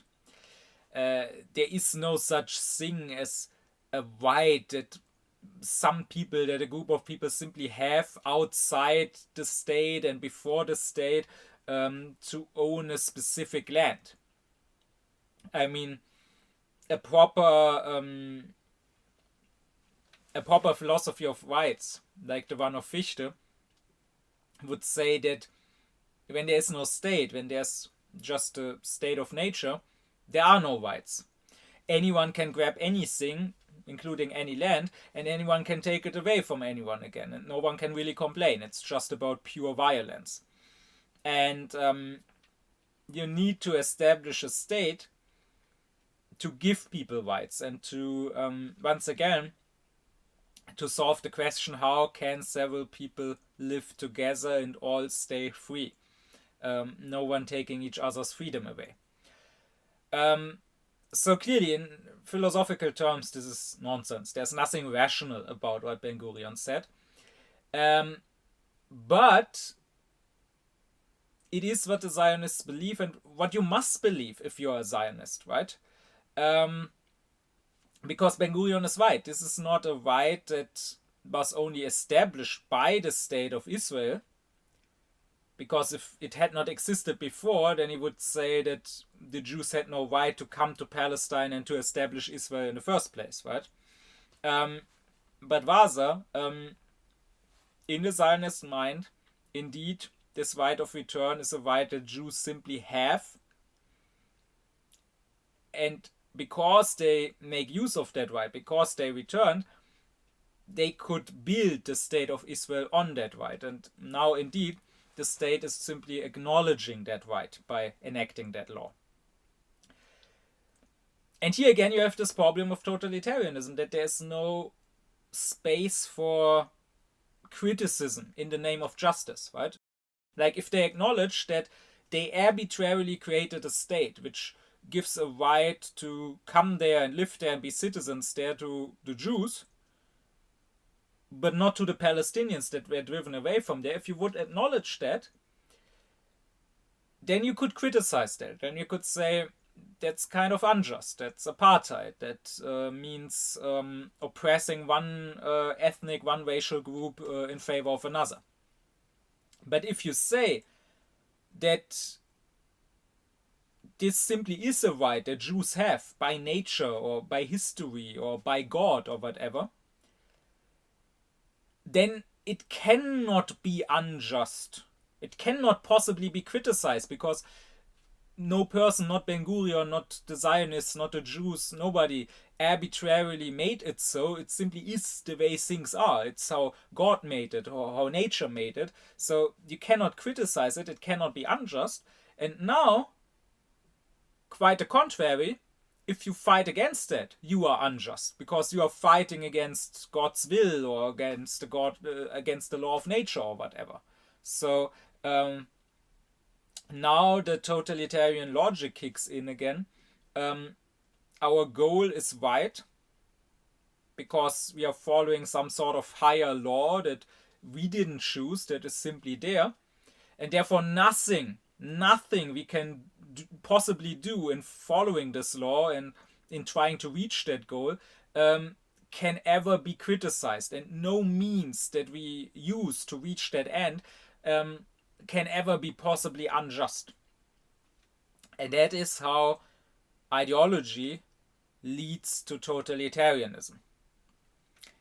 Now, one more important point I want to make about ideology, and that is that ideology, once again, it's always about movement, right? So it's never about the present, it's always about some sort of utopian future that you never reach. You always strive towards it, but of course you never reach it, right? And that means that it is not about the current people. Not even about your own current people. Rather, your own people, they too are just a means to an end. What Arendt says is that ideology always wants to create the new man, a new form of humanity. Now again, the Zionists are sort of less universalist than the Nazis or the communists were. They don't want to create a new human, they just want to create a new Jew. But still, the thing about ideology is it wants to create a new form of human being that is not there yet. And the human beings that are there are just sort of the resource, the raw material that are turned into this new human being. And that means that you don't just kill off millions of your enemies, you can also sacrifice your own in the millions, right? I mean, you are just like a sculptor that takes a block of stone and wants to turn it into a statue. It is not about the stone. The stone as such has no value to you. The statue inside the stone has. And that means you use violence against the stone, right? You hammer onto the stone, and of course pieces of the stone will be hammered off and discarded. It's not about them. It's about the statue that you are creating. Which of course is okay to do. It's not an evil thing to do if you do it to a stone. But it is very much an evil thing to do if you do it to human beings, if you do it to people. But that's what the totalitarianism does, right? So consider the Nazis. Many people would think that the Nazis were just extreme German nationalists. But Arendt says, no, they were not nationalists. And she's not alone in saying so. Others have said it since. Like in the last lecture I talked about Timothy Snyder, one of the most important living historians when it comes to Eastern Europe and the Second World War in Eastern Europe. And he too says, no, Hitler was not a nationalist. Hitler was not for the Germans. There are a lot of statements of Hitler that show that he quite despised the Germans. Like, for example, he said 1/3 of the Germans are heroes, but 1/3 are cowards and 1/3 are traitors. Many people think when the Nazis talk about the master race, they were talking about the Germans of their day. But in their mind, the master race did not exist yet. The master race, the Aryan master race, was something they wanted to create. And they wanted to find the best people there are, the genetically superior ones, and create and breed the master race in the future. And this was not limited to the Germans. Like, in a way, the Nazis were quite inclusive when they conquered other Germanic countries like the Netherlands, like Denmark. They would let people from there join the SS. And of course, the SS was precisely meant to be the racial elite and to be you could see the germ from which the future master race would be bred. And also when they conquered territories in, let's say, Poland, Ukraine, and they found children there that were blonde and blue-eyed, they would abduct such children to be raised as Germans by German families. So they wanted to create a future master race, and for that, sure, another race like the Jews had to go. But also within the Germans themselves, all the bad elements, so to say, had to go. That's why the Nazis killed off disabled people. But there was also a plan, if they had won the war, Hitler wanted to create this bill, the Reich Health Bill, that would force any German to undergo a medical examination. And if someone was found to have heart problems or lung problems, not only he himself, but his whole family, because this could be hereditary possibly, his whole family would have been exterminated. And I mean, that would have meant millions of people dying, right? You can think for yourself if maybe you have someone in your family with heart or lung problems. It's not so rare, right? So, and likewise, under Stalin, the communists, you could be so naive to think they were for the proletarians, for the working class, right? But no, they wanted to create a future classless society, which means that all classes had to go, including the working class, right?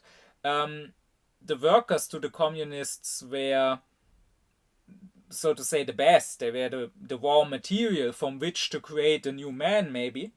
But they too were just material. And here too, the point was, we have to destroy all the unworthy elements. We have to destroy all those who cannot be part of this future world, all those who hold humanity back, in the pursuit of this new man.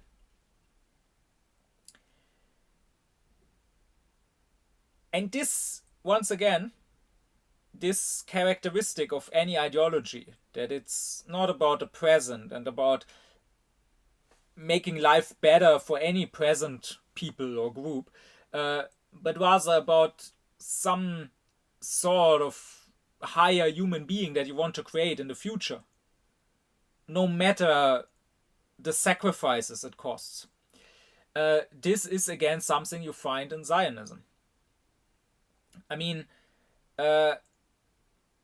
maybe amongst the Zionists, there's not quite a consensus on what the future Jew should actually look like. Because on the one hand, you have, of course, the believers, the Mosians, who will say they want a believing Jew, right? They want a Jew who fulfills all the 613 commandments, and they want a Jew who studies the Torah and the Talmud, and they want to destroy the Dome of the Rock, and I mean, there have been attempts, even there have been terrorists in Israel who tried to blow it up, and they want to build the third temple on that, and then they want to start again with the mass sacrifice of animals and so on. But the point is, clearly they don't want the Jews as they are now. Like the secular Jew from, let's say, from the US or from Muscovy, who's completely disconnected from Jewish tradition and who doesn't even rest on the Sabbath, that's not a Jew they want. Like, they will accept those people coming to Israel because, again, they are the raw material. I mean, at least they are Jewish by birth, so maybe they can be converted and turned into proper Jews. But they are not what these fundamentalists ultimately want, right? And they are very much willing, once again, like all totalitarians, to make sacrifices. I mean, Just consider Orit Strok, who is in the current government. She's from the settler movement, and she's the minister for settlement. And yes, Israel has an officially settlement minister. The settlements are a war crime under international law. Like if you have a military occupation, you cannot move your civilian population in that into that area. And the international court said that Israel had until this September to move out there completely, and that all other states are obliged to not support this occupation, which, if you ask me, means they are obliged to not support Israel at all. Like, it would be inconsistent to just boycott the occupied territories, because who's the occupier? Israel, right? So I would say all states are obliged to completely isolate Israel. But be that as it may, Israel doesn't care, and of course nobody else cares in the West. Israel has complete impunity. So they have a settlement minister, and she celebrated the 7th of October. She said it was a miracle from God. It was like a traffic light suddenly going from red to green, because it gave them the opportunity to drive the Palestinians from Gaza and to settle Gaza. And she said, I mean, now the last hostages are out, but when there were still like 20 or 30 hostages or so, she said, it doesn't matter, we need to sacrifice them. And this is typical totalitarian thinking, of course. They are totally willing to sacrifice their own to create this future Jew that they want to have at some future point. It's just that, and I said that at the start of the previous lecture, they of course cannot, like the Nazis or the Soviets could, they cannot sacrifice millions of their own, because they are not that many. And that is one reason why this cannot turn into full-blown totalitarianism. They simply have to be a bit more careful, right? But still, in principle, they are totally willing to make these sacrifices. And this even goes so far. I mean, there are extremist rabbis in Israel who will even say that the Holocaust was a good thing, that Hitler was sent from God, and the Jews who died, they deserved it anyways. They were bad Jews, they were heretics, they didn't follow the commandments. This was a purge of the bad elements of Judaism, and the best survived and were driven to Israel. And now the redemption of the Jewish people began with that. But of course, this is just the fundamentalists. Of course, there are also secular Zionists, and now the fundamentalists are starting to take over. For the first time, they are in the government, and since they are getting more and more children, if the demographic development continues as it does, then in 25 years they are bound to have a majority in Israel. But historically, secular Zionism was more influential, and the early Zionists, doesn't matter if it was leftists like Ben-Gurion or rightists like Jabotinsky, they were of course more secular. So their vision was of course not necessarily the Jew who follows all the commandments and who rebuilds the temple and so on, but they too did not want the Jews as they are. They too had a vision of a future Jew. And their vision of a future Jew was, to put it simply, kind of the Nazi vision of the master race, right? Like, it is quite funny that the Zionists accuse anti-Zionist Jews of being self-hating Jews. If you ask me, that is largely projection, because if there is such a thing as the self-hating Jew, then it is clearly the Zionist. Because if you read any of the early Zionist leaders, and if you read what they said about Jews in the diaspora, well, you will find all the anti-Semitic cliches there. I mean, let's once again read Jabotinsky. Jabotinsky said, "Our starting point is to take the typical Yid of today and to imagine his diametrical opposite. Because the Yid is ugly, sickly, and lacks decorum, we shall endow the ideal image of the Hebrew with masculine beauty. The Yid is trodden upon and easily frightened, and, therefore, the Hebrew ought to be proud and independent. The Yid is despised by all, and, therefore, the Hebrew ought to charm all. The Yid has accepted submission, and, therefore, the Hebrew ought to learn how to command. The Yid wants to conceal his identity from strangers, and, therefore, the Hebrew should look the world straight in the eye and declare, 'I am a Hebrew.'" I mean, this is simply anti-Semitism. This is, you could say that basically he agrees with the Nazis as far as the diagnosis is concerned, as far as describing the symptoms. The only point of disagreement, like they both say the Jews as they are subhumans. The only point of disagreement is what is the cure? And the Nazis would say, okay, the Jews are subhumans for racial reasons, so they will stay subhumans, so they must be killed off. And the Zionists will say they are subhumans more for social reasons. They have become like this in their diaspora conditions, so they must get their own state and then they can turn into something else. And what is that something else? There's something that is not Jewish. That something else is basically they can turn into the same thing the Nazis wanted to turn the Germans into, right? And don't think this is just Jabotinsky because he's a right-winger. No, you will find stuff like this with all the early Zionist leaders. Like if you read Herzl himself, the founder of Zionism, there's terribly anti-Semitic passages. Like if you read his essay Mauschel about the anti-Zionist Jew, whom he calls Mauschel. Or you have someone like Max Nordau, a very influential early Zionist leader, who would say that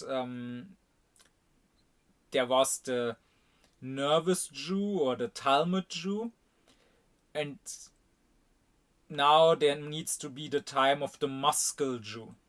The Jews need to become athletic, they need to become hard and strong and warrior-like, they need to do sports. And I would say you even find that in Israelis nowadays saying, we are not your grandfather's Jews anymore. And then they post a picture of a concentration camp and they post a picture of the IGF. Essentially saying, even if not in those words, yes, sure, our grandparents, they were subhumans, they were weak, so they kind of deserved it. But now we are this muscle Jew, we are stronger, right? And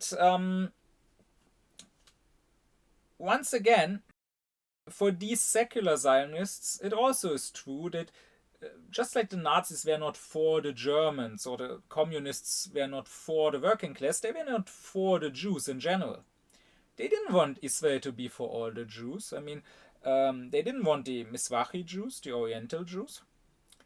And I mean, those didn't need Israel either, right? Because there was no real anti-Semitism in the Arab world.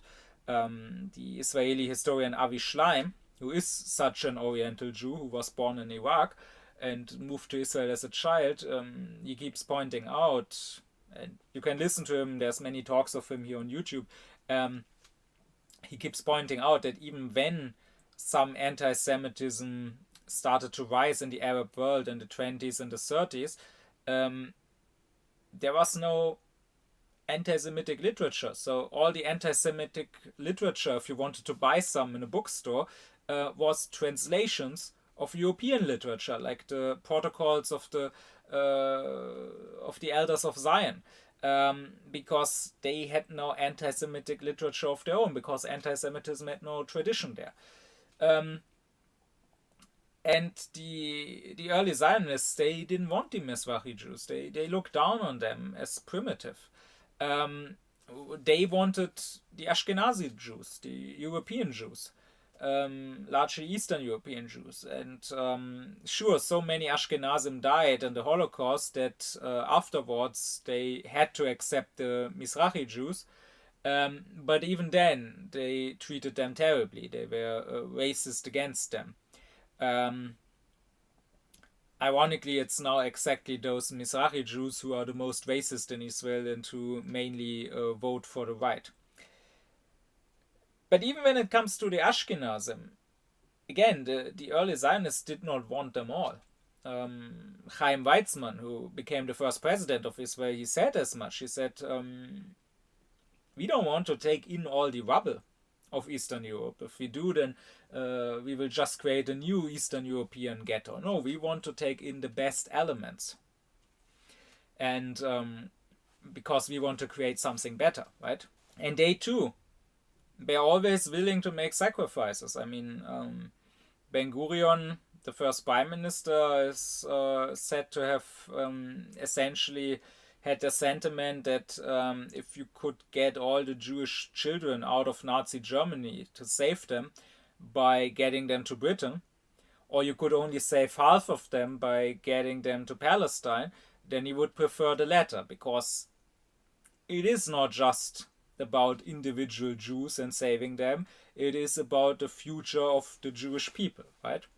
So this is typical for ideology, since you want not something in the present, then you would just create a state that in the present has laws that are as just as possible and that allow anyone to live in freedom.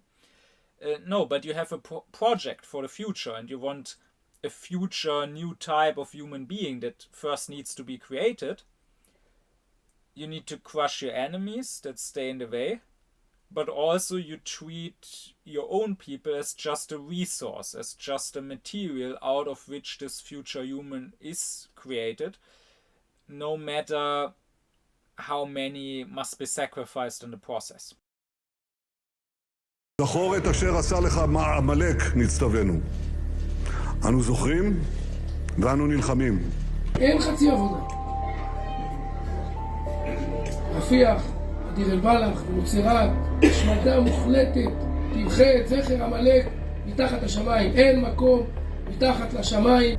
ובסימן חג הפסח לומר שאנחנו צריכים להכות באויב 10 מכות, למחות את זכר עמלק, כמו שכתוב. אשתי היקרה שרה, מוכנה יהיה פיצוץ גדול.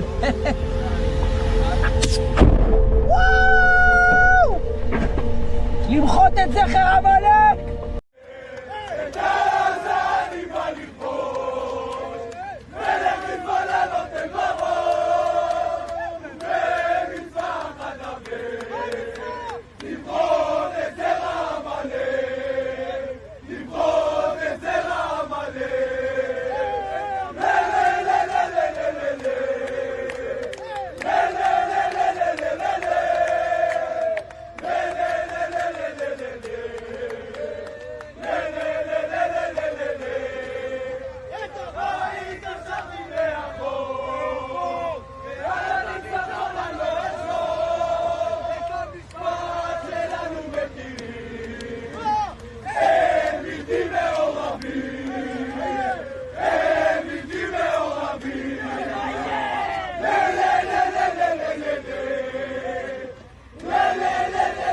Now, so much for ideology and what makes totalitarianism move.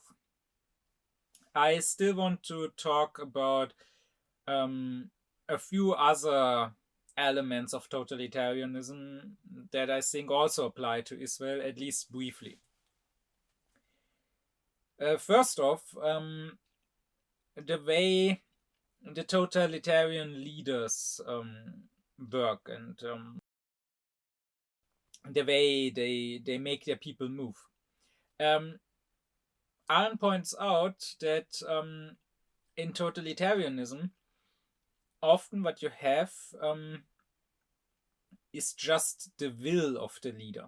So not only are there no laws in the legal sense, but there are not even direct orders. The leader does not directly tell you what to do. So Hitler never gave the order, exterminate all the Jews. Rather, the leader, he expresses his will in general terms. So Hitler would say, the Jews will be Germany's doom, and if the Jews don't go, then the Germans go. And now from that, you could draw your own conclusions.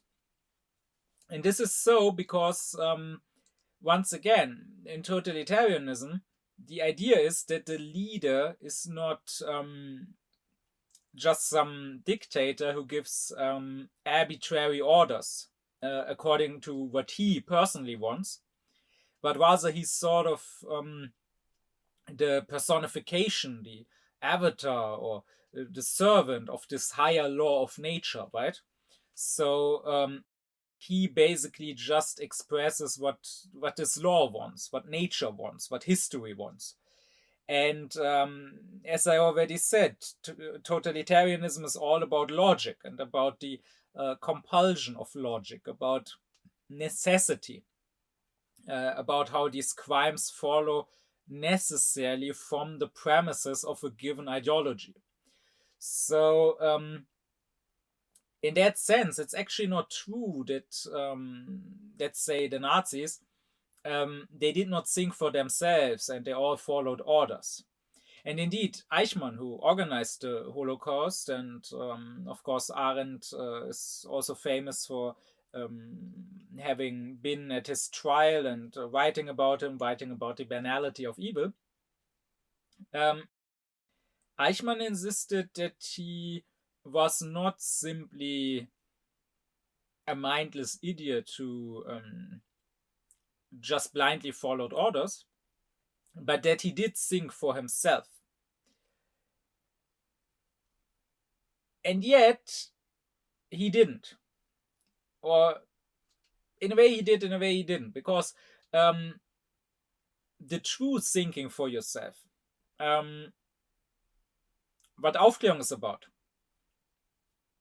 is of course about thinking about the ends, thinking what really should happen. That, I mean, you can check out my lecture on Kant, what is wisdom. That is what wisdom is about, right? Thinking about your final purpose as a human being. So thinking about morality, using reason not just as an instrument to reach a goal, but rather asking reason what even should be my goal. That is what wisdom is about. And of course, that is what these people did not do.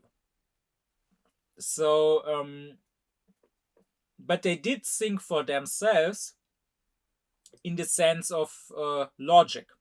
If by thinking you mean logical reasoning. So they did not by themselves determine the end.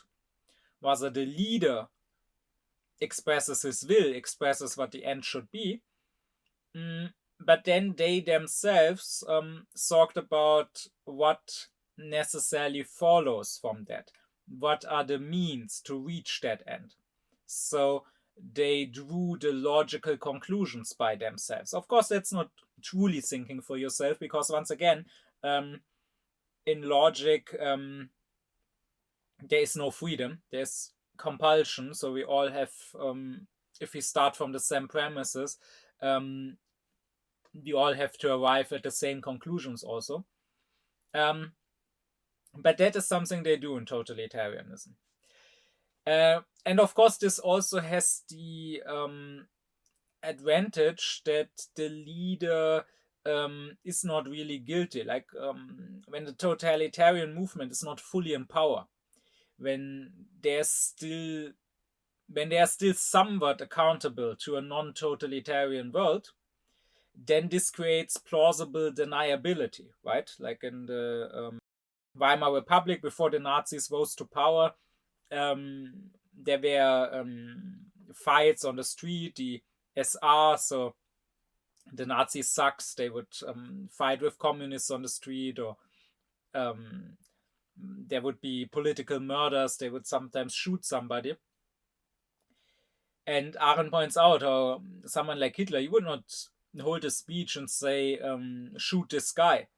He would say in his speech, this guy, he's a traitor to the German people.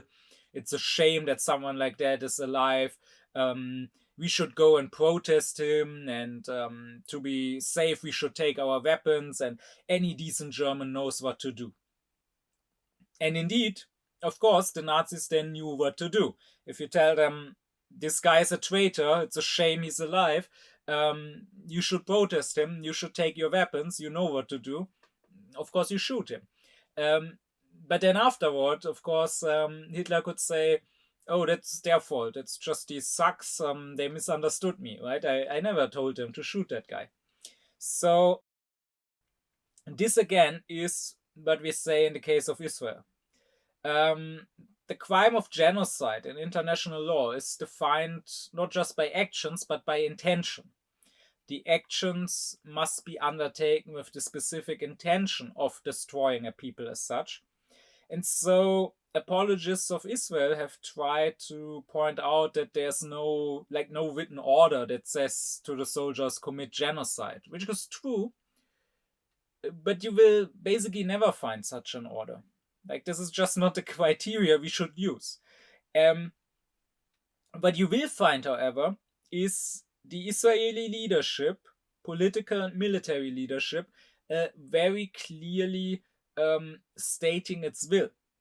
I mean, you have someone like the president, again, a social democrat, not one of the right-wingers, Isaac Herzog, who said, it's an entire nation out there that is responsible. It's not true. This rhetoric about civilians not aware, not involved, it's absolutely not true. They could have risen up, they could have fought against that evil regime which took over Gaza in a coup d'etat. But we're at war.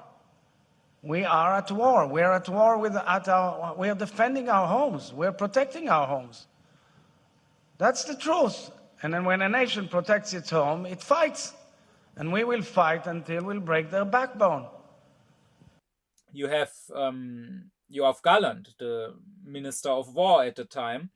Now there's this arrest warrant. Now he's a fugitive war criminal. Who said, אנחנו מטילים מצור מוחלט על העיר עזה. אין חשמל, אין מזון, אין מים, אין דלק.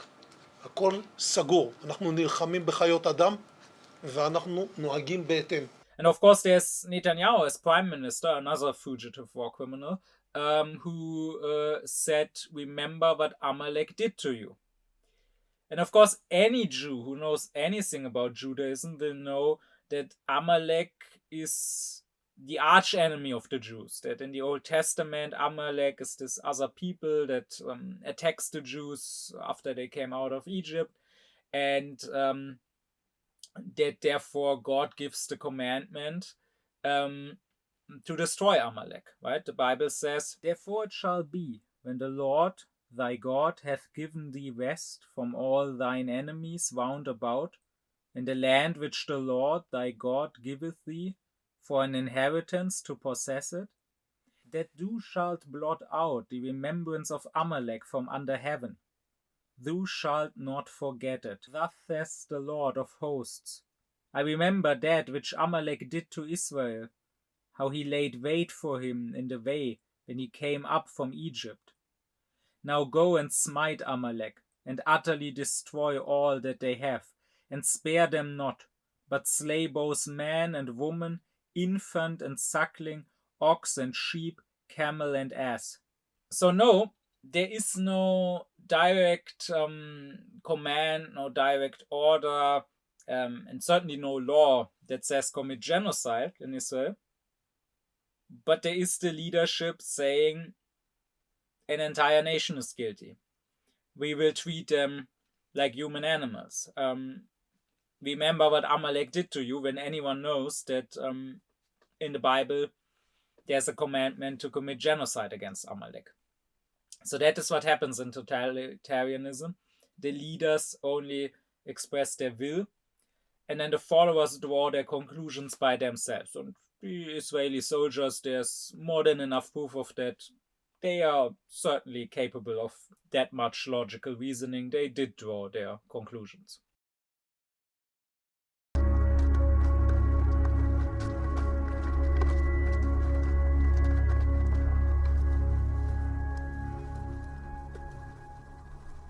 לכל בן אדם יש תפקיד. יש לנו פה תפקיד. לעם ישראל יש תפקיד לכבוש את הארץ, להוריש אותה, לגרש את הגויים שיושבים בה. מדינת ישראל, כמו שאתה רואה אותה, צריך שיהיו בה רק יהודים? בעיקר יהודים. אני לא רואה פה מקום לערבים בארץ שלנו. ולא אכפת לך שיקראו לך גזען? אני גזען, אני אומר כל בוקר בתפילה, ברוך אתה השם שלא עשני גוי. אני גזען, אני אעצור טרמפ ליהודי, ואני לא אעצור טרמפ לערבי, כי אני גזען. ואני גם אעסיק רק יהודים, ולא אעסיק ערבים, כי אני גזען. ואני גם לא אתן צדקה לערבייה שמבקשת צדקה. כי אני גזען, שהיא תלך לארגונים שלהם, שהיא תלך לארגון החמאס. אולי שם ייתנו לה כמה שקלים.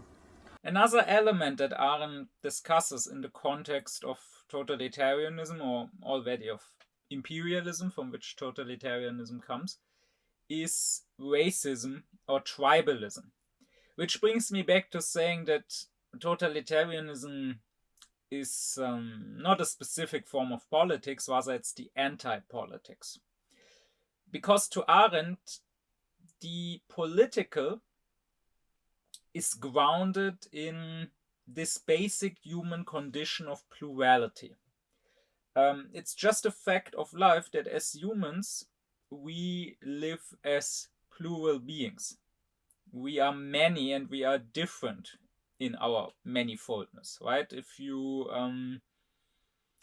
get stranded on a lone island, then you won't engage in politics. There is no politics. It's not a political life you are living when you are just surviving on your own. Politics implies that there's a plurality of men, and now politics is about what to do with this plurality. How do we want to live together? And this is what you have normally in politics on a national level, where it is about how individuals live together. But it is also what you have on the international level, where it is about how people, how nations live together. And normally you can recognize the other, be it the other individual or be it the other nation, as part of the same humanity. Right? So there's some universalism. There's this idea of humanity in which you all participate. And if you recognize the other as a human being, then you recognize that on some level he is similar to you, he has similar interests, and he has a similar right to live, to be. And now you can engage with him politically. Yeah? And now you can try to adjust to one another, to find some common ground, to find some way to live with one another. And this is what happens in normal politics. And Arendt would say that even if you're a nationalist, even if you're a chauvinist, you can still recognize other nations and their rights, and you can still live along with them. Like you will probably say, okay, my nation matters more to me than others. It's mostly about self-interest. And okay, I think my nation is somehow better than others. But you can still, even as a nationalist, recognize that there are other nations and that they too have some white, that they too might exist alongside you.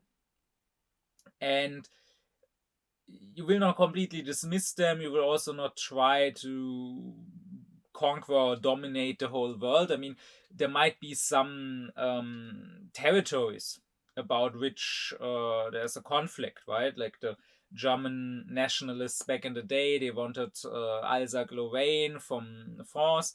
They considered it German, but they didn't want all of France. That was never the plan, to conquer it all. So this again goes to show how the Nazis were not nationalists. How Arendt would say Hitler was not just an extreme nationalist, he was a racist. And the race transcends the nation. If you have racism, then you start thinking in tribes. And you lose your concept of humanity. You don't see everyone as part of the same humanity anymore. Maybe others are parts that you care less about than your own part, but there are still parts of humanity. But rather, you see some people as belonging to your tribe and other people as belonging to a completely different tribe. And I mean, the English word tribe comes from Latin, and it basically has the root three, because in ancient Rome they had 3 tribes. But in the German, for example, we use the word Stamm, and Stamm is the word for trunk, as in the trunk of a tree.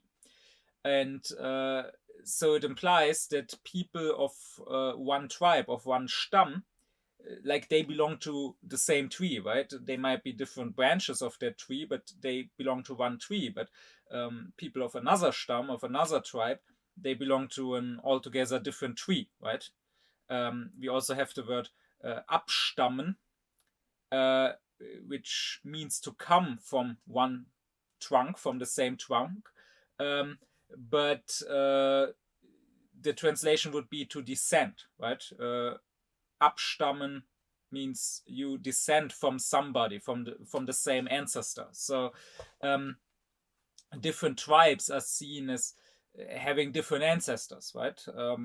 I mean, at the time of so-called scientific racism, that was even believed by many, that like the white people or the black people, they didn't come from one common proto-human ancestor, but rather they descended from different types of apes, right? So they were thought to, well, kind of be different species even. And Arendt says, while a nation, even a chauvinistic nation, can maybe accept other nations, other states as its neighbors, because they're fellow human beings, a tribe, a race, does not see the others as fellow human beings. So it doesn't recognize them, meaning the others are just prey. The others can be overrun and destroyed at any time. And to her, this is a type of thinking that came about with imperialism, right? In Europe, you had nations and nation states. But coming to Africa, the ironic thing is that the Europeans considered the Africans to not be real nations or to not have real states, to just be savage tribes. But what happened, according to Arendt, is that the Europeans themselves degenerated and became what they said the Africans were. They became savage tribes. Because in Europe, you might have been a German or an Englishman or Dutch or Belgian or French. But if you went to a colony in Africa, this kind of stopped mattering. You were just a white man as opposed to black man, right? Like consider South Africa under apartheid. It didn't matter so much where you came from as a white person, like where you descendant from the Dutch or from the English, so long as you were white and not black. And the Nazis, of course, had this same tribal or racist thinking. I already said Hitler was not a nationalist. He welcomed Dutch people or Danish people in the SS. He would abduct Polish or Ukrainian children that were considered racially poor enough. But rather, he was a racist. He was thinking not in nations. It was not about the German nation for him, but rather in races. It was about the Aryan race. And this is, once again, why totalitarianism inevitably destroys the state. With nationalism, you can have a nation state, but since the tribe, since the race transcends the nation, and you destroy your own nation state, and since other people are not considered people, not considered nations, but just different tribes that can be destroyed, you also destroy these other states. So this is precisely what the Nazis did. With their racism, they stopped considering others as human beings, and then of course it's easier to commit crimes against them, to obliterate them, because in that case, well, you don't consider it a crime because you're not doing it to a fellow human being, right?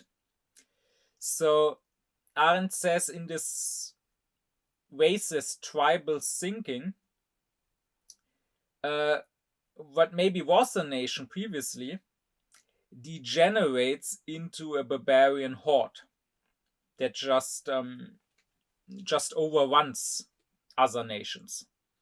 You turn into something like the Mongols or the Vandals. And I'm not talking so much about the actual historical Mongols or Vandals, but rather about the common image of them. So basically you turn into a horde of orcs. And this, once again, this tribal thinking is what we can see in our day. We can see it not just in Israel, like we can also see it with Putin, right? He's not thinking in nations. He's not saying, okay, here's the Muscovite nation, and we currently have beef with the Ukrainian nation, okay? But rather he is thinking in tribes. He talks about the Ruski Mir, the Russian world, which to him encompasses not just the so-called Russian Federation, his state, but also Ukraine and also Belarus.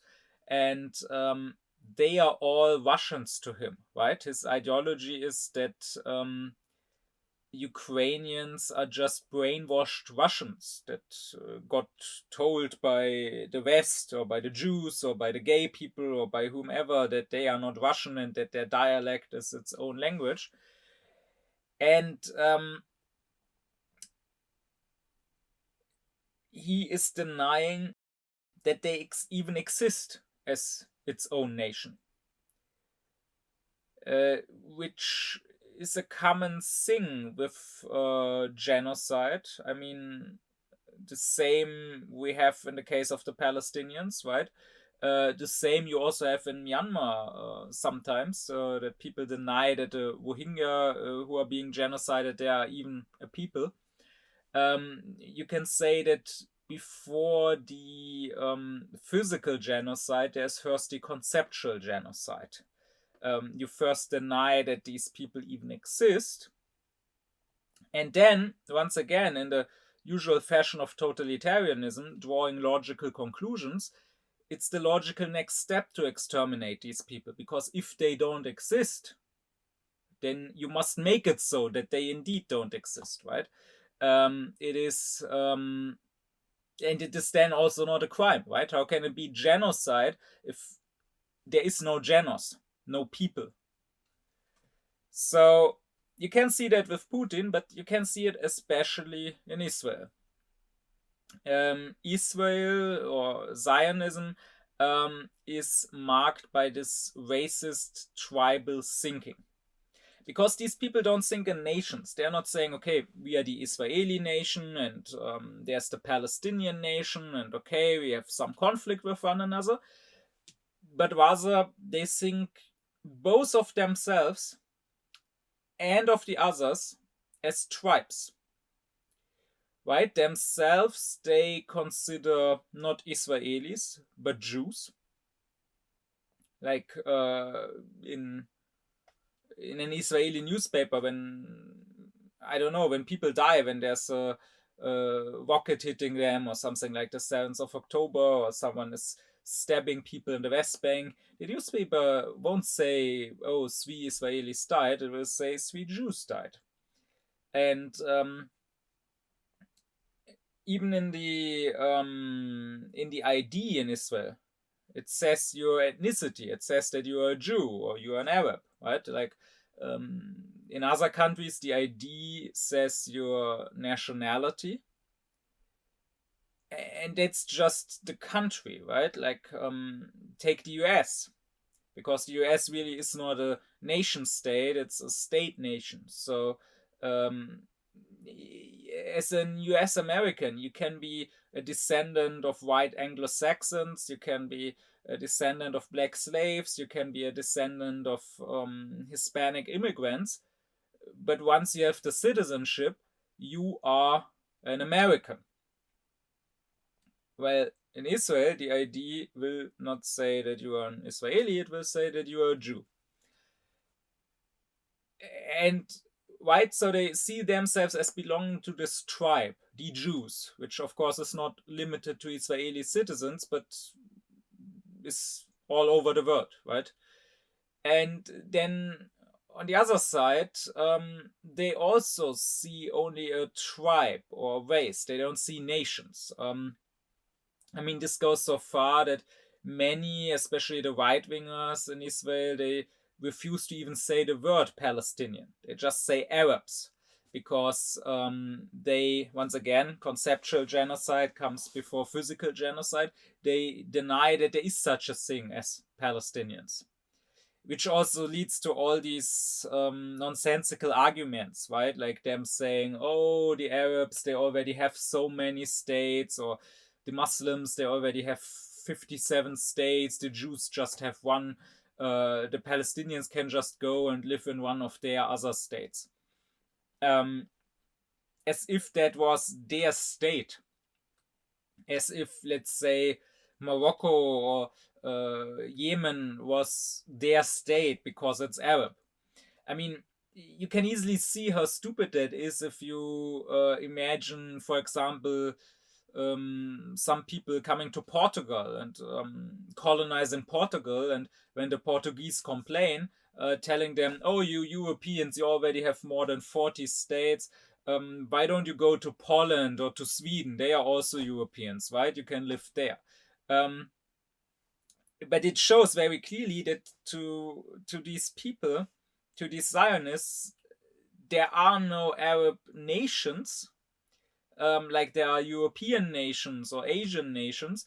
There's just the Arab tribe that is opposed to the Jewish tribe.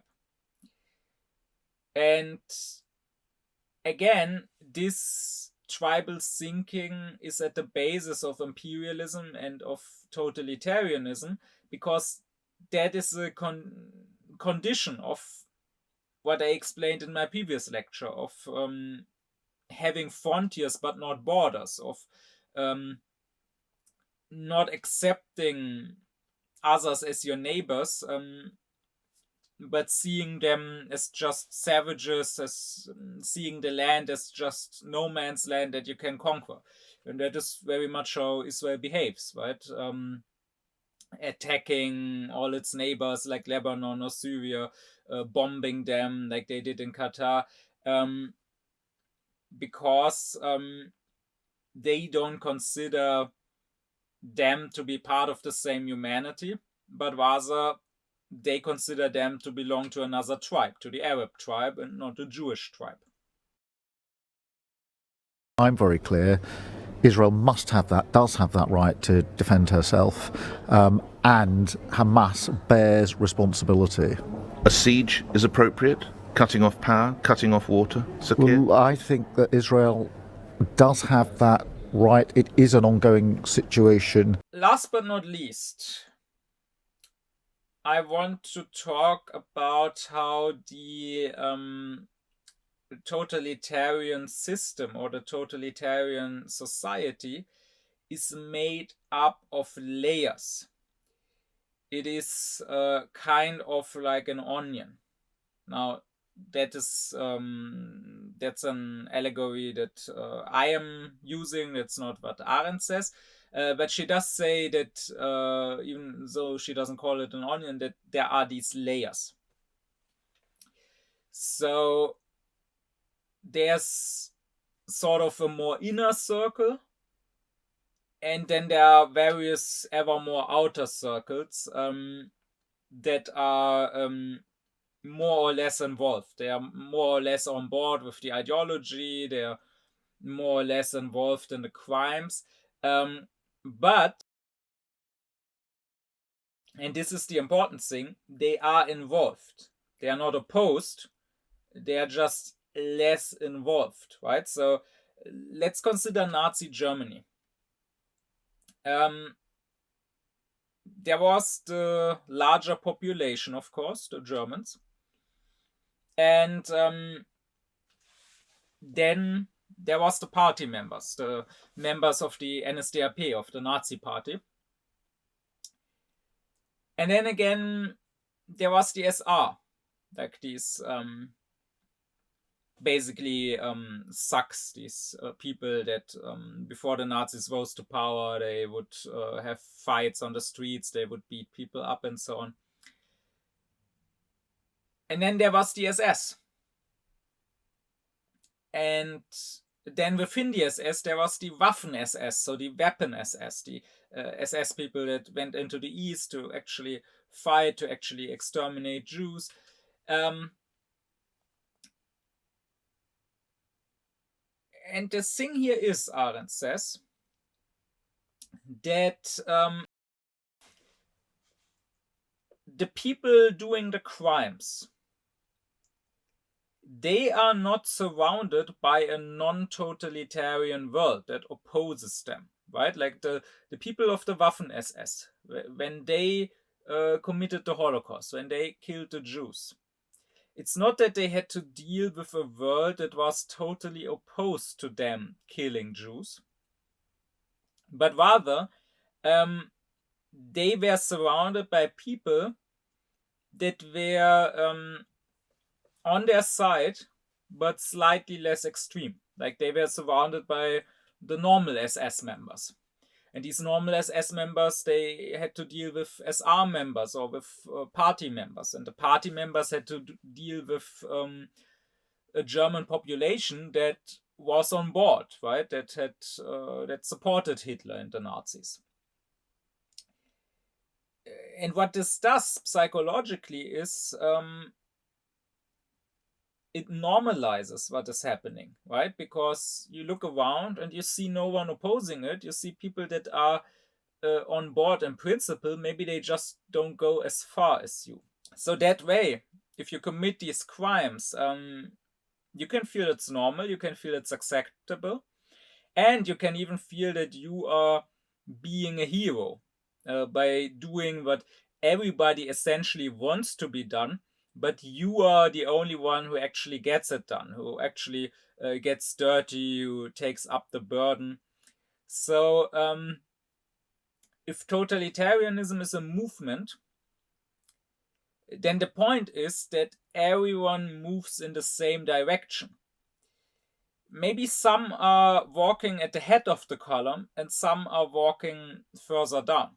Or maybe some are walking at a faster pace and some are walking at a slower pace. But what matters is that everyone is walking in the same direction.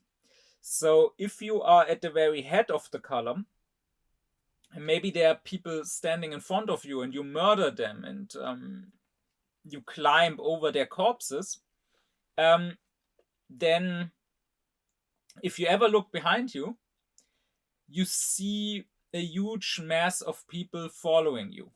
So you won't feel bad about the people ahead of you that you murder and over whose corpses you climb, because you can tell yourself, well, all these people following behind, they also want to go in that direction. And so these people in front of us, they are obstacles that need to be removed. And I'm just the one who is walking ahead, who is removing those obstacles. So the others that walk further behind, they don't have to deal with that. So they can be grateful to me. They have it easy. They don't get their hands dirty. But essentially, they agree with me, right? So the SS member killing Jews could tell himself, well, the guy in the SR, I mean, he is not going here into Poland or Ukraine murdering Jews. He's staying in Germany, and all he does is beat people up on the streets. So he's using violence too. So he's not against violence, and he's in the party, so he supports Nazism. He is against Jews, so clearly he also supports what I do. But he has it easier. I mean, he's not doing the real violence. He's not really doing the hard job, right? I mean, Himmler, the leader of the SS, in a very famous speech, he said as much, that what they are doing, these piles of corpses they are piling up, that is a page of glory in the German history that is never to be written. So they are the most glorious ones, even though they cannot speak of their glory. And then the SR member, again, when he's committing violence, he can look around and what he sees is regular party members. So he too can say, well, they are in the Nazi party, so they agree with our aims. And that means they must also agree with the means to those aims. But they are taking the easy way. They support us in principle, but they are not actively fighting our enemies. But they agree that those enemies must be fought. They don't criticize it. And then again, the Nazi party member can look around and see a German population that is on board. Many people voted for Hitler, and now everyone is following, the masses are cheering, and so on. And so the totalitarian world, once again, is like an onion with various layers. But that means that the inner layers never really come in contact with the normal world, with a world that opposes totalitarianism and that opposes their crimes. And this I find very important, because this also very much applies to Israel, right? When you look at Israel or at the Zionists, you also see various layers. So inside the onion, you have the actual right-wing extremists, you have the actual fundamentalists in Israel that pretty openly want genocide, right? Like you have someone like the security minister, Itamar Ben-Gvir, who in Israel itself in his youth got convicted for terrorism, who for years had in his living room a picture of a terrorist, of Baruch Goldstein, who had opened fire in a mosque in the 90s and killed 29 Palestinians, and Ben-Gvir is a big fan of him. And he is posting things on Twitter like destroying, shattering, cutting down, exterminating, crushing, smashing, burning, being cruel, punishing, ruining, crushing, destroying. Now this is just the innermost layer. Not every Zionist clearly is such an obvious genocidal maniac. But then maybe the next layer is the center of Israeli society, is people like the Israeli generals, who are mostly respected, considered pragmatists, considered respectable people. You have someone like the General Aaron Haliva, who was the head of military intelligence during the time of October the 7th, later stepped down. But he said that for every Israeli, for every Jew killed on October the 7th, they should kill 50 Palestinians. And he explicitly said it doesn't matter if it's children. They should just kill 50 Palestinians. And that the Palestinians need a Nakba from time to time to know the cost of rising up. And he said it's not about revenge, it's not about bloodlust, it's just about teaching them a lesson. So being totally pragmatic. But that means that the extremists around Ben Gvir, when they look around, they see people like Haliva. And to be clear, Haliva is considered a centrist in Israel. He's someone the right-wingers don't like because they think he's too soft. Right? So this is the state of Israeli society. The guy who says we should kill 50 of them for each one of us, even if we are killing children, they need a Nakba from time to time. That's a centrist that is considered too soft by the people in the government. This guy, the right-wingers, when they look around, they see him. And so they can say, okay, he has no bigger vision, and he's still too soft. He doesn't hate the Arabs enough, but still, on principle, he agrees with us. He also says that their life has less value than ours, and he also says that we should punish them harshly. So no one is really against us. And then maybe the next layer is the more leftist Zionists. Here we can take as an example someone like the Israeli writer Zev Slimansky, who, talking about his son lives outside of Israel, and he said that Hoffer says that for him every child is a child, no matter whether he is in Gaza or here. I don't feel like him. Our children here are more important to me. There is a shocking humanitarian disaster there. I understand that, but my heart is blocked and filled with our children and our hostages. There is no room in my heart for the children in Gaza, however shocking and terrifying it is, and even though I know that war is not the solution. I listened to Mao's Inon, who lost both his parents, murdered by Hamas on 7th of October, and who speaks so beautifully and persuasively about the need to look forward, that we need to bring hope and to want peace, because wars won't accomplish anything, and I agree with him. But I cannot find the strength in my heart, with all my leftist inclinations and love for humanity. I cannot. It is not just Hamas. It's all Gazans who agree that it's okay to kill Jewish children, that this is a worthy cause. With Germany there was reconciliation, but they apologized and paid reparations.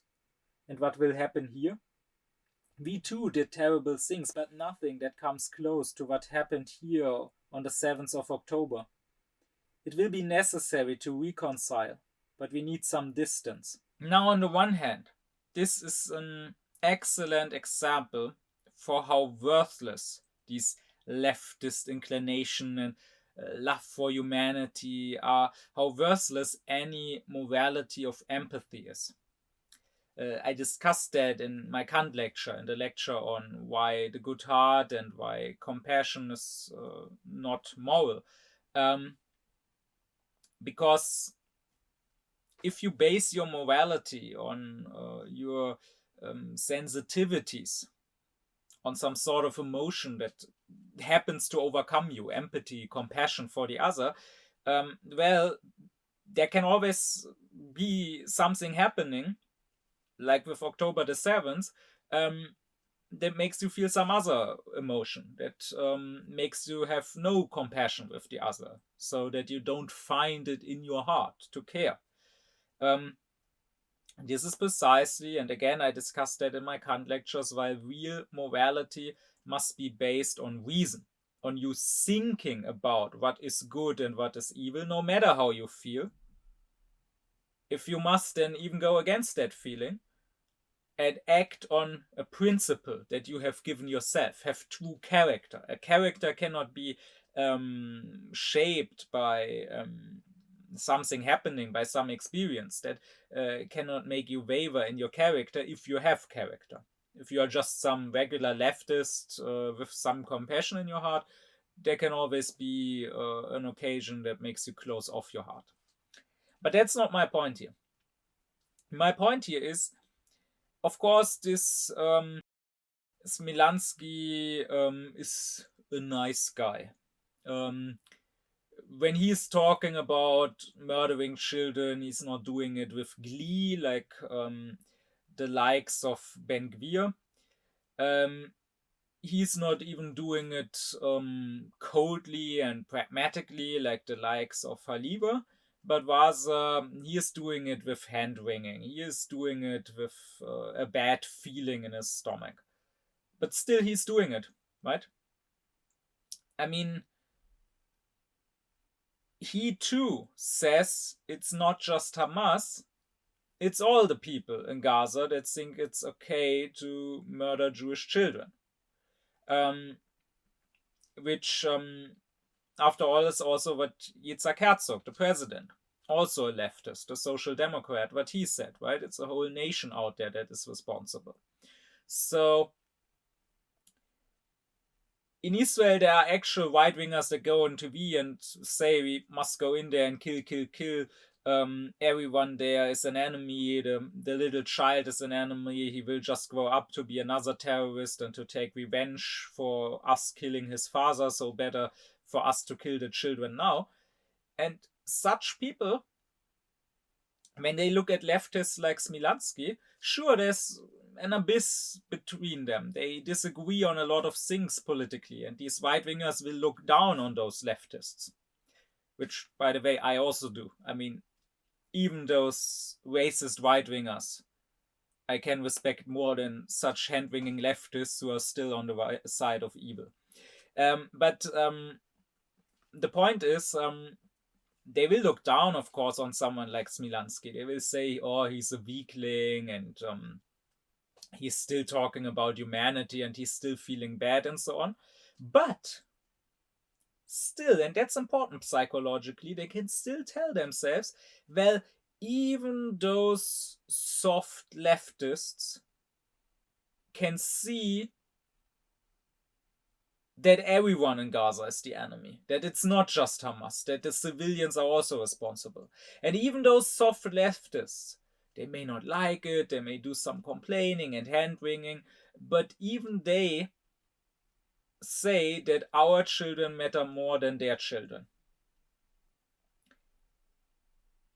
Which, by the way, is quite ironic, right? Smilansky obviously has no self-reflection, which is typical. If there's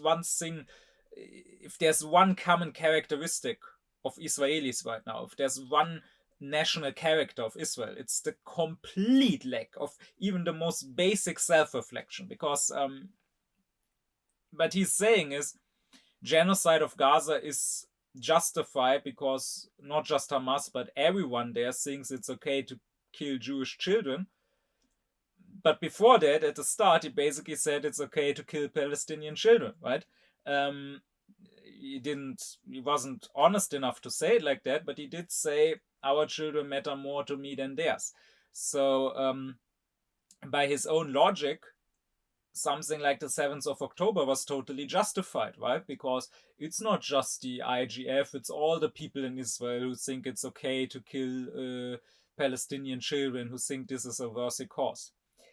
But the lack of self-reflection aside, the point is, someone like Smilansky may feel bad about it. Of course, he feels more bad for himself than for the actual Palestinians. And he may say, woe is me a little bit. And he himself might not join in the killing. But the people around Ben Gvir, or even around Haliva, can tell themselves, well, he too agrees with our cause. Even the leftists see that this must be done. They are too weak, they are too pathetic to join in themselves. They will complain a bit, they will hate us for what we are doing maybe, but at the end of the day, they should be grateful that we are doing it for them. That we are getting our hands bloody because they too know this blood must be spilled, but still they refuse to get their own hands bloody, these pathetic leftists. And this is how totalitarian society works. This is how such crimes become possible. How it becomes possible that people are not overtaken by their bad conscience. But it does not end here. Right? The outermost layer of the Israeli or the Zionist onion is not Israeli leftists. It's people outside of Israel who still support this. It's, on the one hand, the Zionist Jews in other countries. Because for the largest part, they might be liberal Zionists, right? They might not be right-wingers like Ben-Gvir. They might dislike the current Israeli government. But still, every single Jew, every single Jewish institution, community, synagogue, rabbi around the world who still supports Israel and Zionism and who still says, oh yeah, Israel must defend itself after October the 7th, even if then they say, okay, it's going a bit far or the government is a bit too extremist, the right-wingers in Israel can tell themselves, oh, those other Jews around the world, they have it easy, they are living the easy life, they are not on the front lines here in Israel, they are safe and sound somewhere else, so it's easy for them to talk, it's easy for them to criticize. I want to see them being here. And then they would soon, if they have rockets from Hamas hitting them every day, they would soon speak another language too. Right? This is just what the Waffen-SS guy at the Eastern Front killing Jews could tell himself about Germans at home. Oh yeah, they might say I'm going a bit far, yada yada, but they have it easy. I mean, they agree in principle that we do need to fight communism. They agree in principle that we do need living space in the East. Well, this is what it takes. This is what must be done. And I won't listen to the criticism of these weaklings who are safe at home. If they were here with me, they would speak another language. But of course, the outermost layer of the onion is not Zionist Jews outside of Israel, it's Zionist non-Jews outside of Israel. It's all these people, all these Western politicians, Western journalists, still supporting the Zionist project and still supporting Israel's war crimes and apartheid and genocide, that allow the Zionists to tell themselves, well, the wider Western world is on our side. Maybe they don't go quite as far as we, but then again, they are not in our position, so it's easy for them to talk and criticize. But they are still aligned with our general direction. They still walk in that same direction, right? Like, here in Germany, our Chancellor Merz said Israel is doing our dirty work. And that, I think, is a sentiment that many people share. And he was saying it in the context of bombing Iran, but it wasn't referring to only Iran. It was a more general statement, right? So many in the West, all the racists, and by that I don't just mean right-wingers, I mean liberals, I mean the center-left, because clearly they are also racists. All the racists, I mean, they hate Arabs, they hate brown people, they hate Mohammedans in general. And in their mind, as I already said, Israel is surrounded by brown hordes of barbarians and terrorists that it is fighting, and we here in Europe, with refugees coming here, are surrounded by hordes of brown people, of terrorists that we must fight off. And good thing if Israel is doing that for us, right? They are doing what some people here would like to do, killing Arabs. And a larger portion of people maybe doesn't like to do, but still somehow wants to be done. So they are quite glad that Israel is doing it, so we don't have to do it. That Israel is doing our dirty work.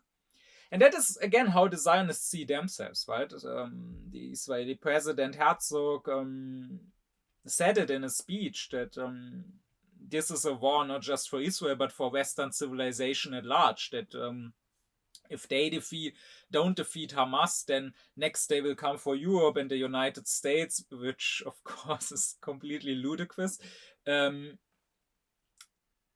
But even if you go back to the origins of Zionism, Herzl himself, the forefather, the spiritual forefather of the Zionists, already said it, that this Jewish state in Palestine could be an outpost of Europe against barbarism, a spearhead, so to say, of Europe. This is the ideology here. And you can take some random apologist of Israel, like let's take the German politician, the German former parliamentarian Michael Roth, who is not a right-winger, who's a social democrat.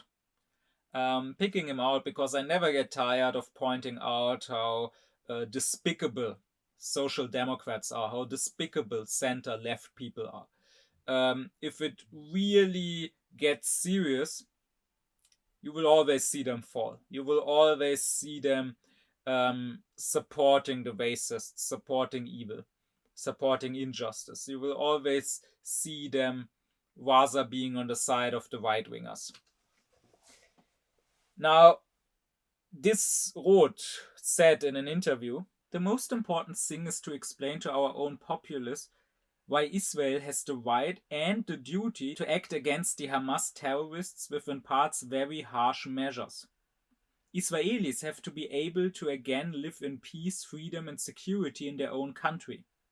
And we Germans would do well to show solidarity instead of always explaining somewhat schoolmasterly what the Israelis have to be careful to do.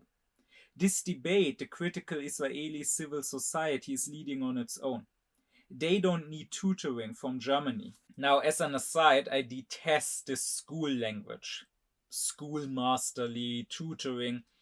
I don't know how it is in other languages, but the Ausklär, that is the entwilighted people, the people that think they are aufklärt, they think of themselves as enlightened. They think they are oh so rational, oh so humanist, and they think that their relativism, that is dismissing morality, dismissing someone insisting on justice and human rights as him being schoolmasterly. They think this is precisely the proof of how aufklärt they are. At least in the German language, these type of liberal ausklärt people, they love talking as if we are all school children.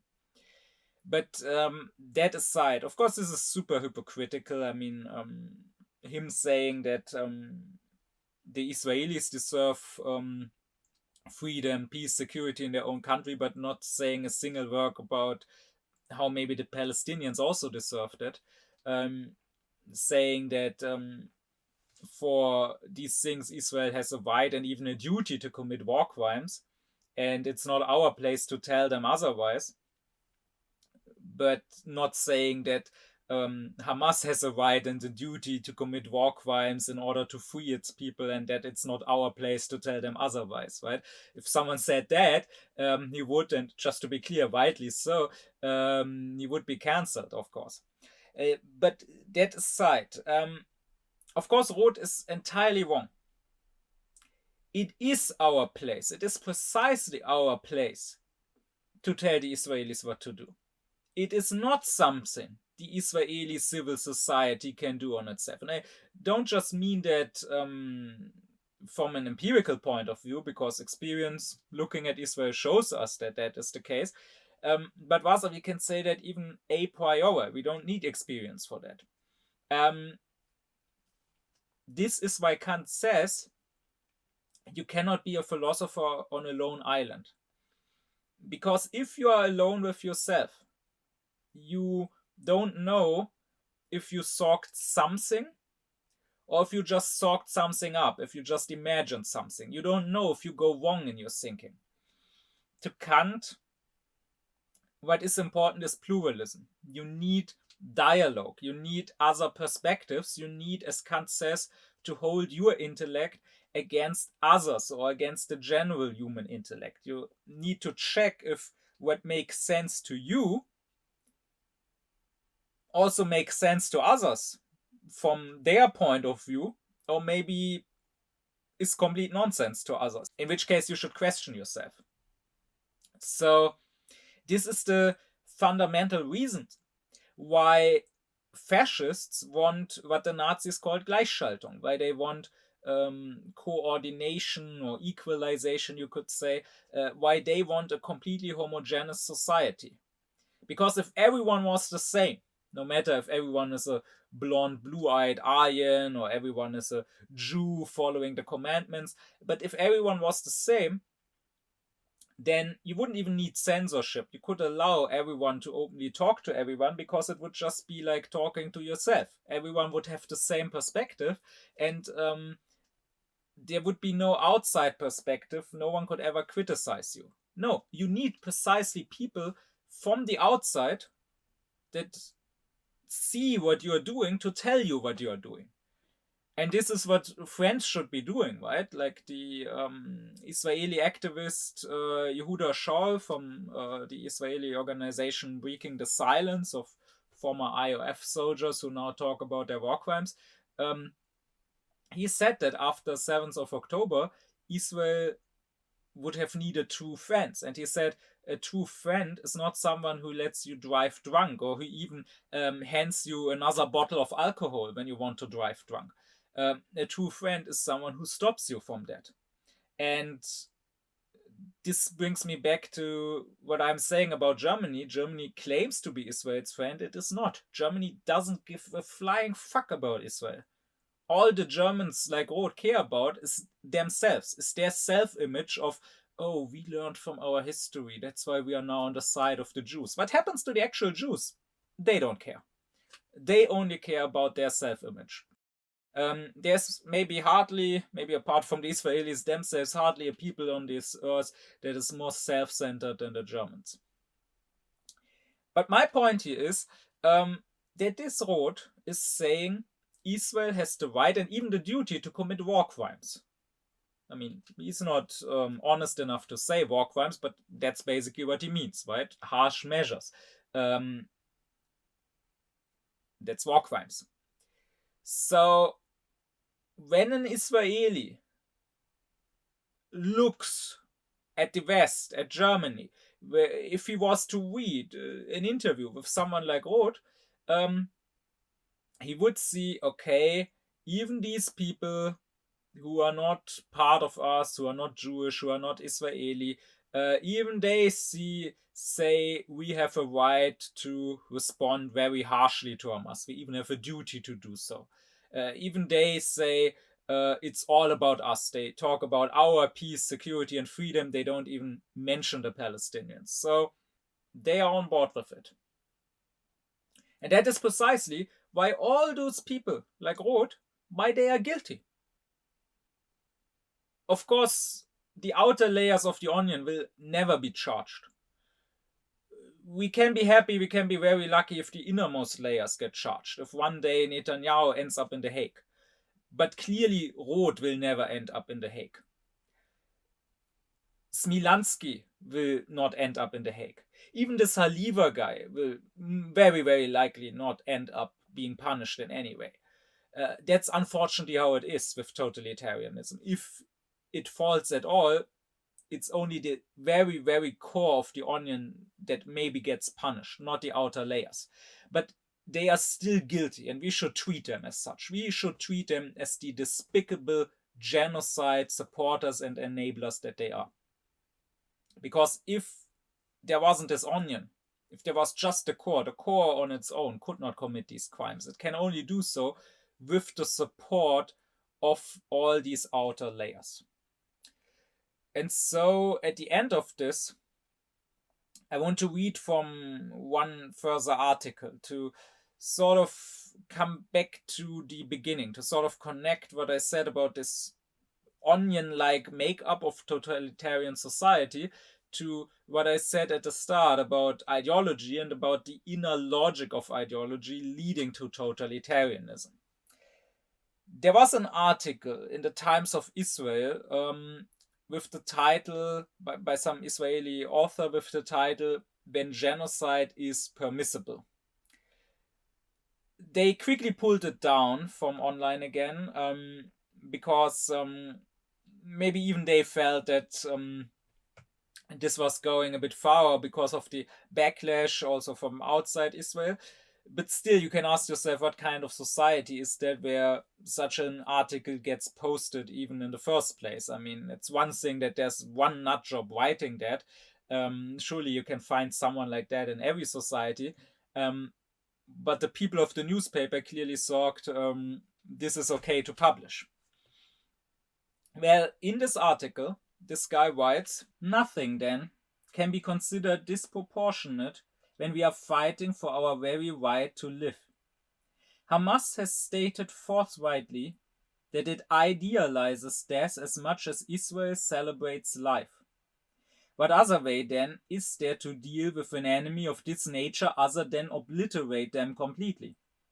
Everyone agrees that Israel has the right to defend itself as well as the right to exercise that right. Secretary General Ban Ki-moon has declared it. Obama and Kerry have clearly stated that no one could be expected to sit idle as thousands of rockets rain down on the heads of its citizens, placing them in clear and present danger. It seems then that the only point of contention is regarding the measure of punishment meted out in this situation. I will conclude with a question for all the humanitarians out there. Prime Minister Benjamin Netanyahu clearly stated at the outset of this incursion that his objective is to restore a sustainable quiet for the citizens of Israel. We have already established that it is the responsibility of every government to ensure the safety and security of its people.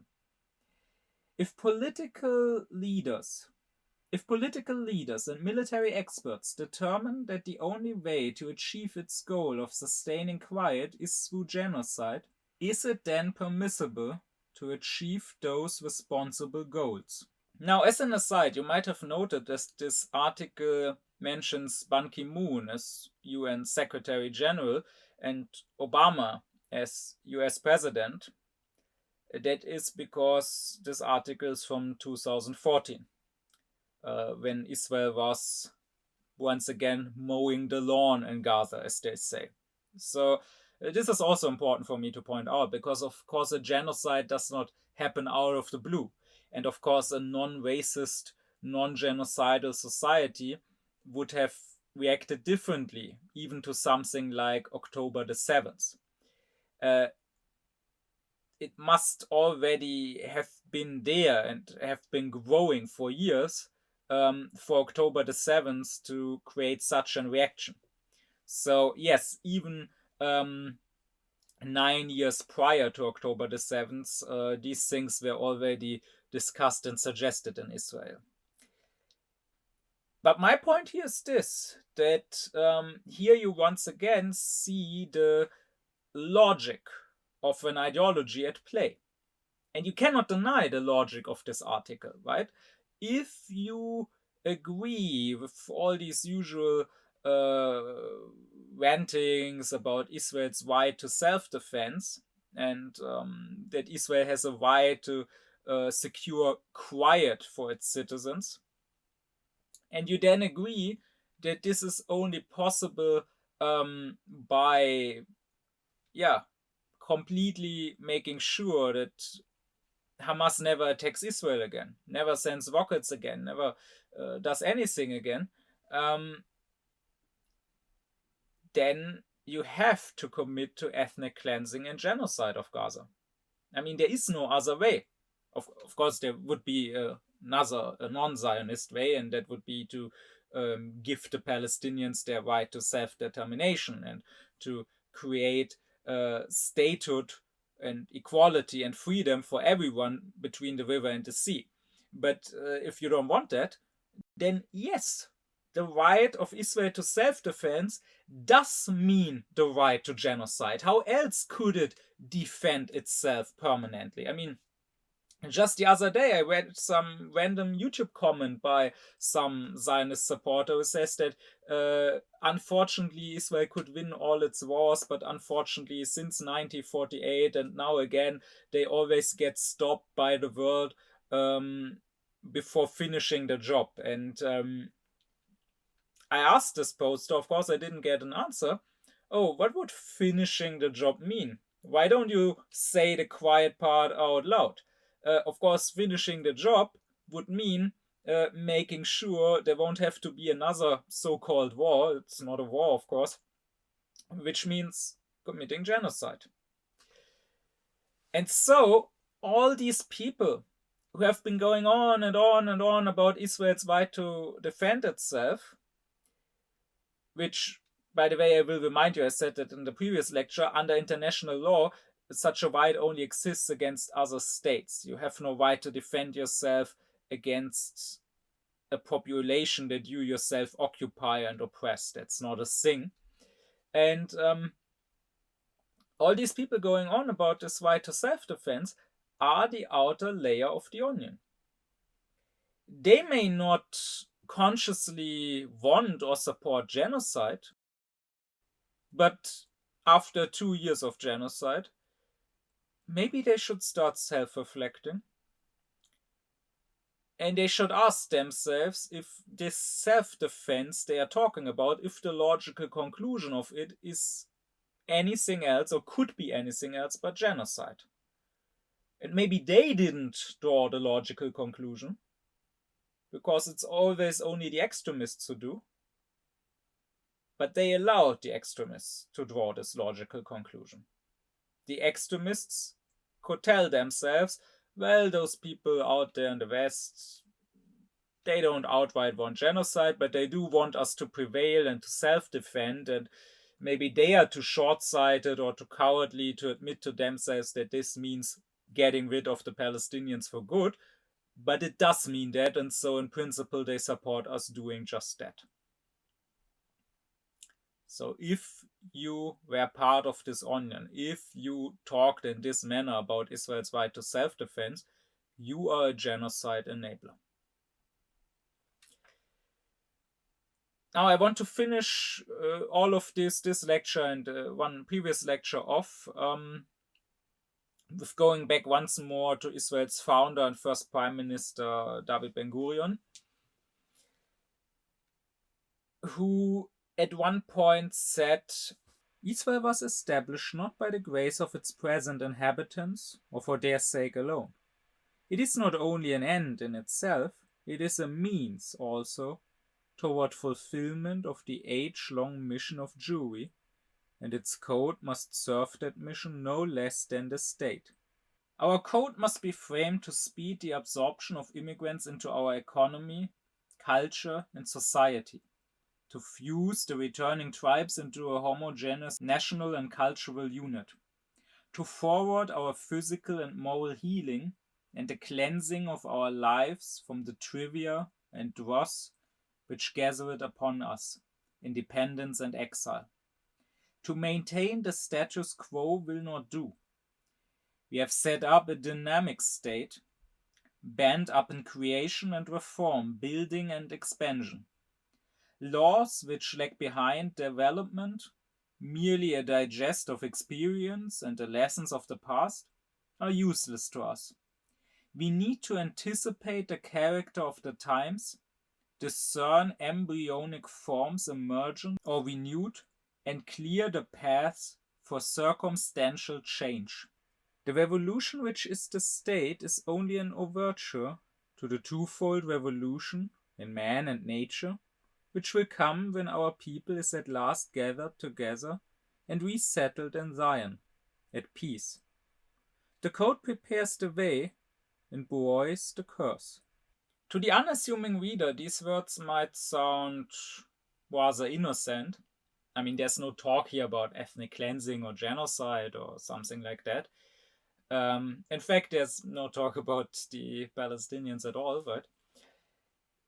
But if you understand Arendt's concept of totalitarianism, as laid out in her book, The Origins of Totalitarianism, but also as I have tried to explain it to you here in this lecture and in the previous one, then this should send off all your alarms. Because here you find many elements of the totalitarian thinking, right? You find it clearly stated that Ben-Gurion is not content with the Jews as they are and just moving them to Palestine and having a state for them there, but rather he wants to fuse them into a homogeneous unit. He wants to create a new Jew, right? There is supposed to be some sort of renewal. And it also very clearly states that the state is not meant to be something steady that creates order.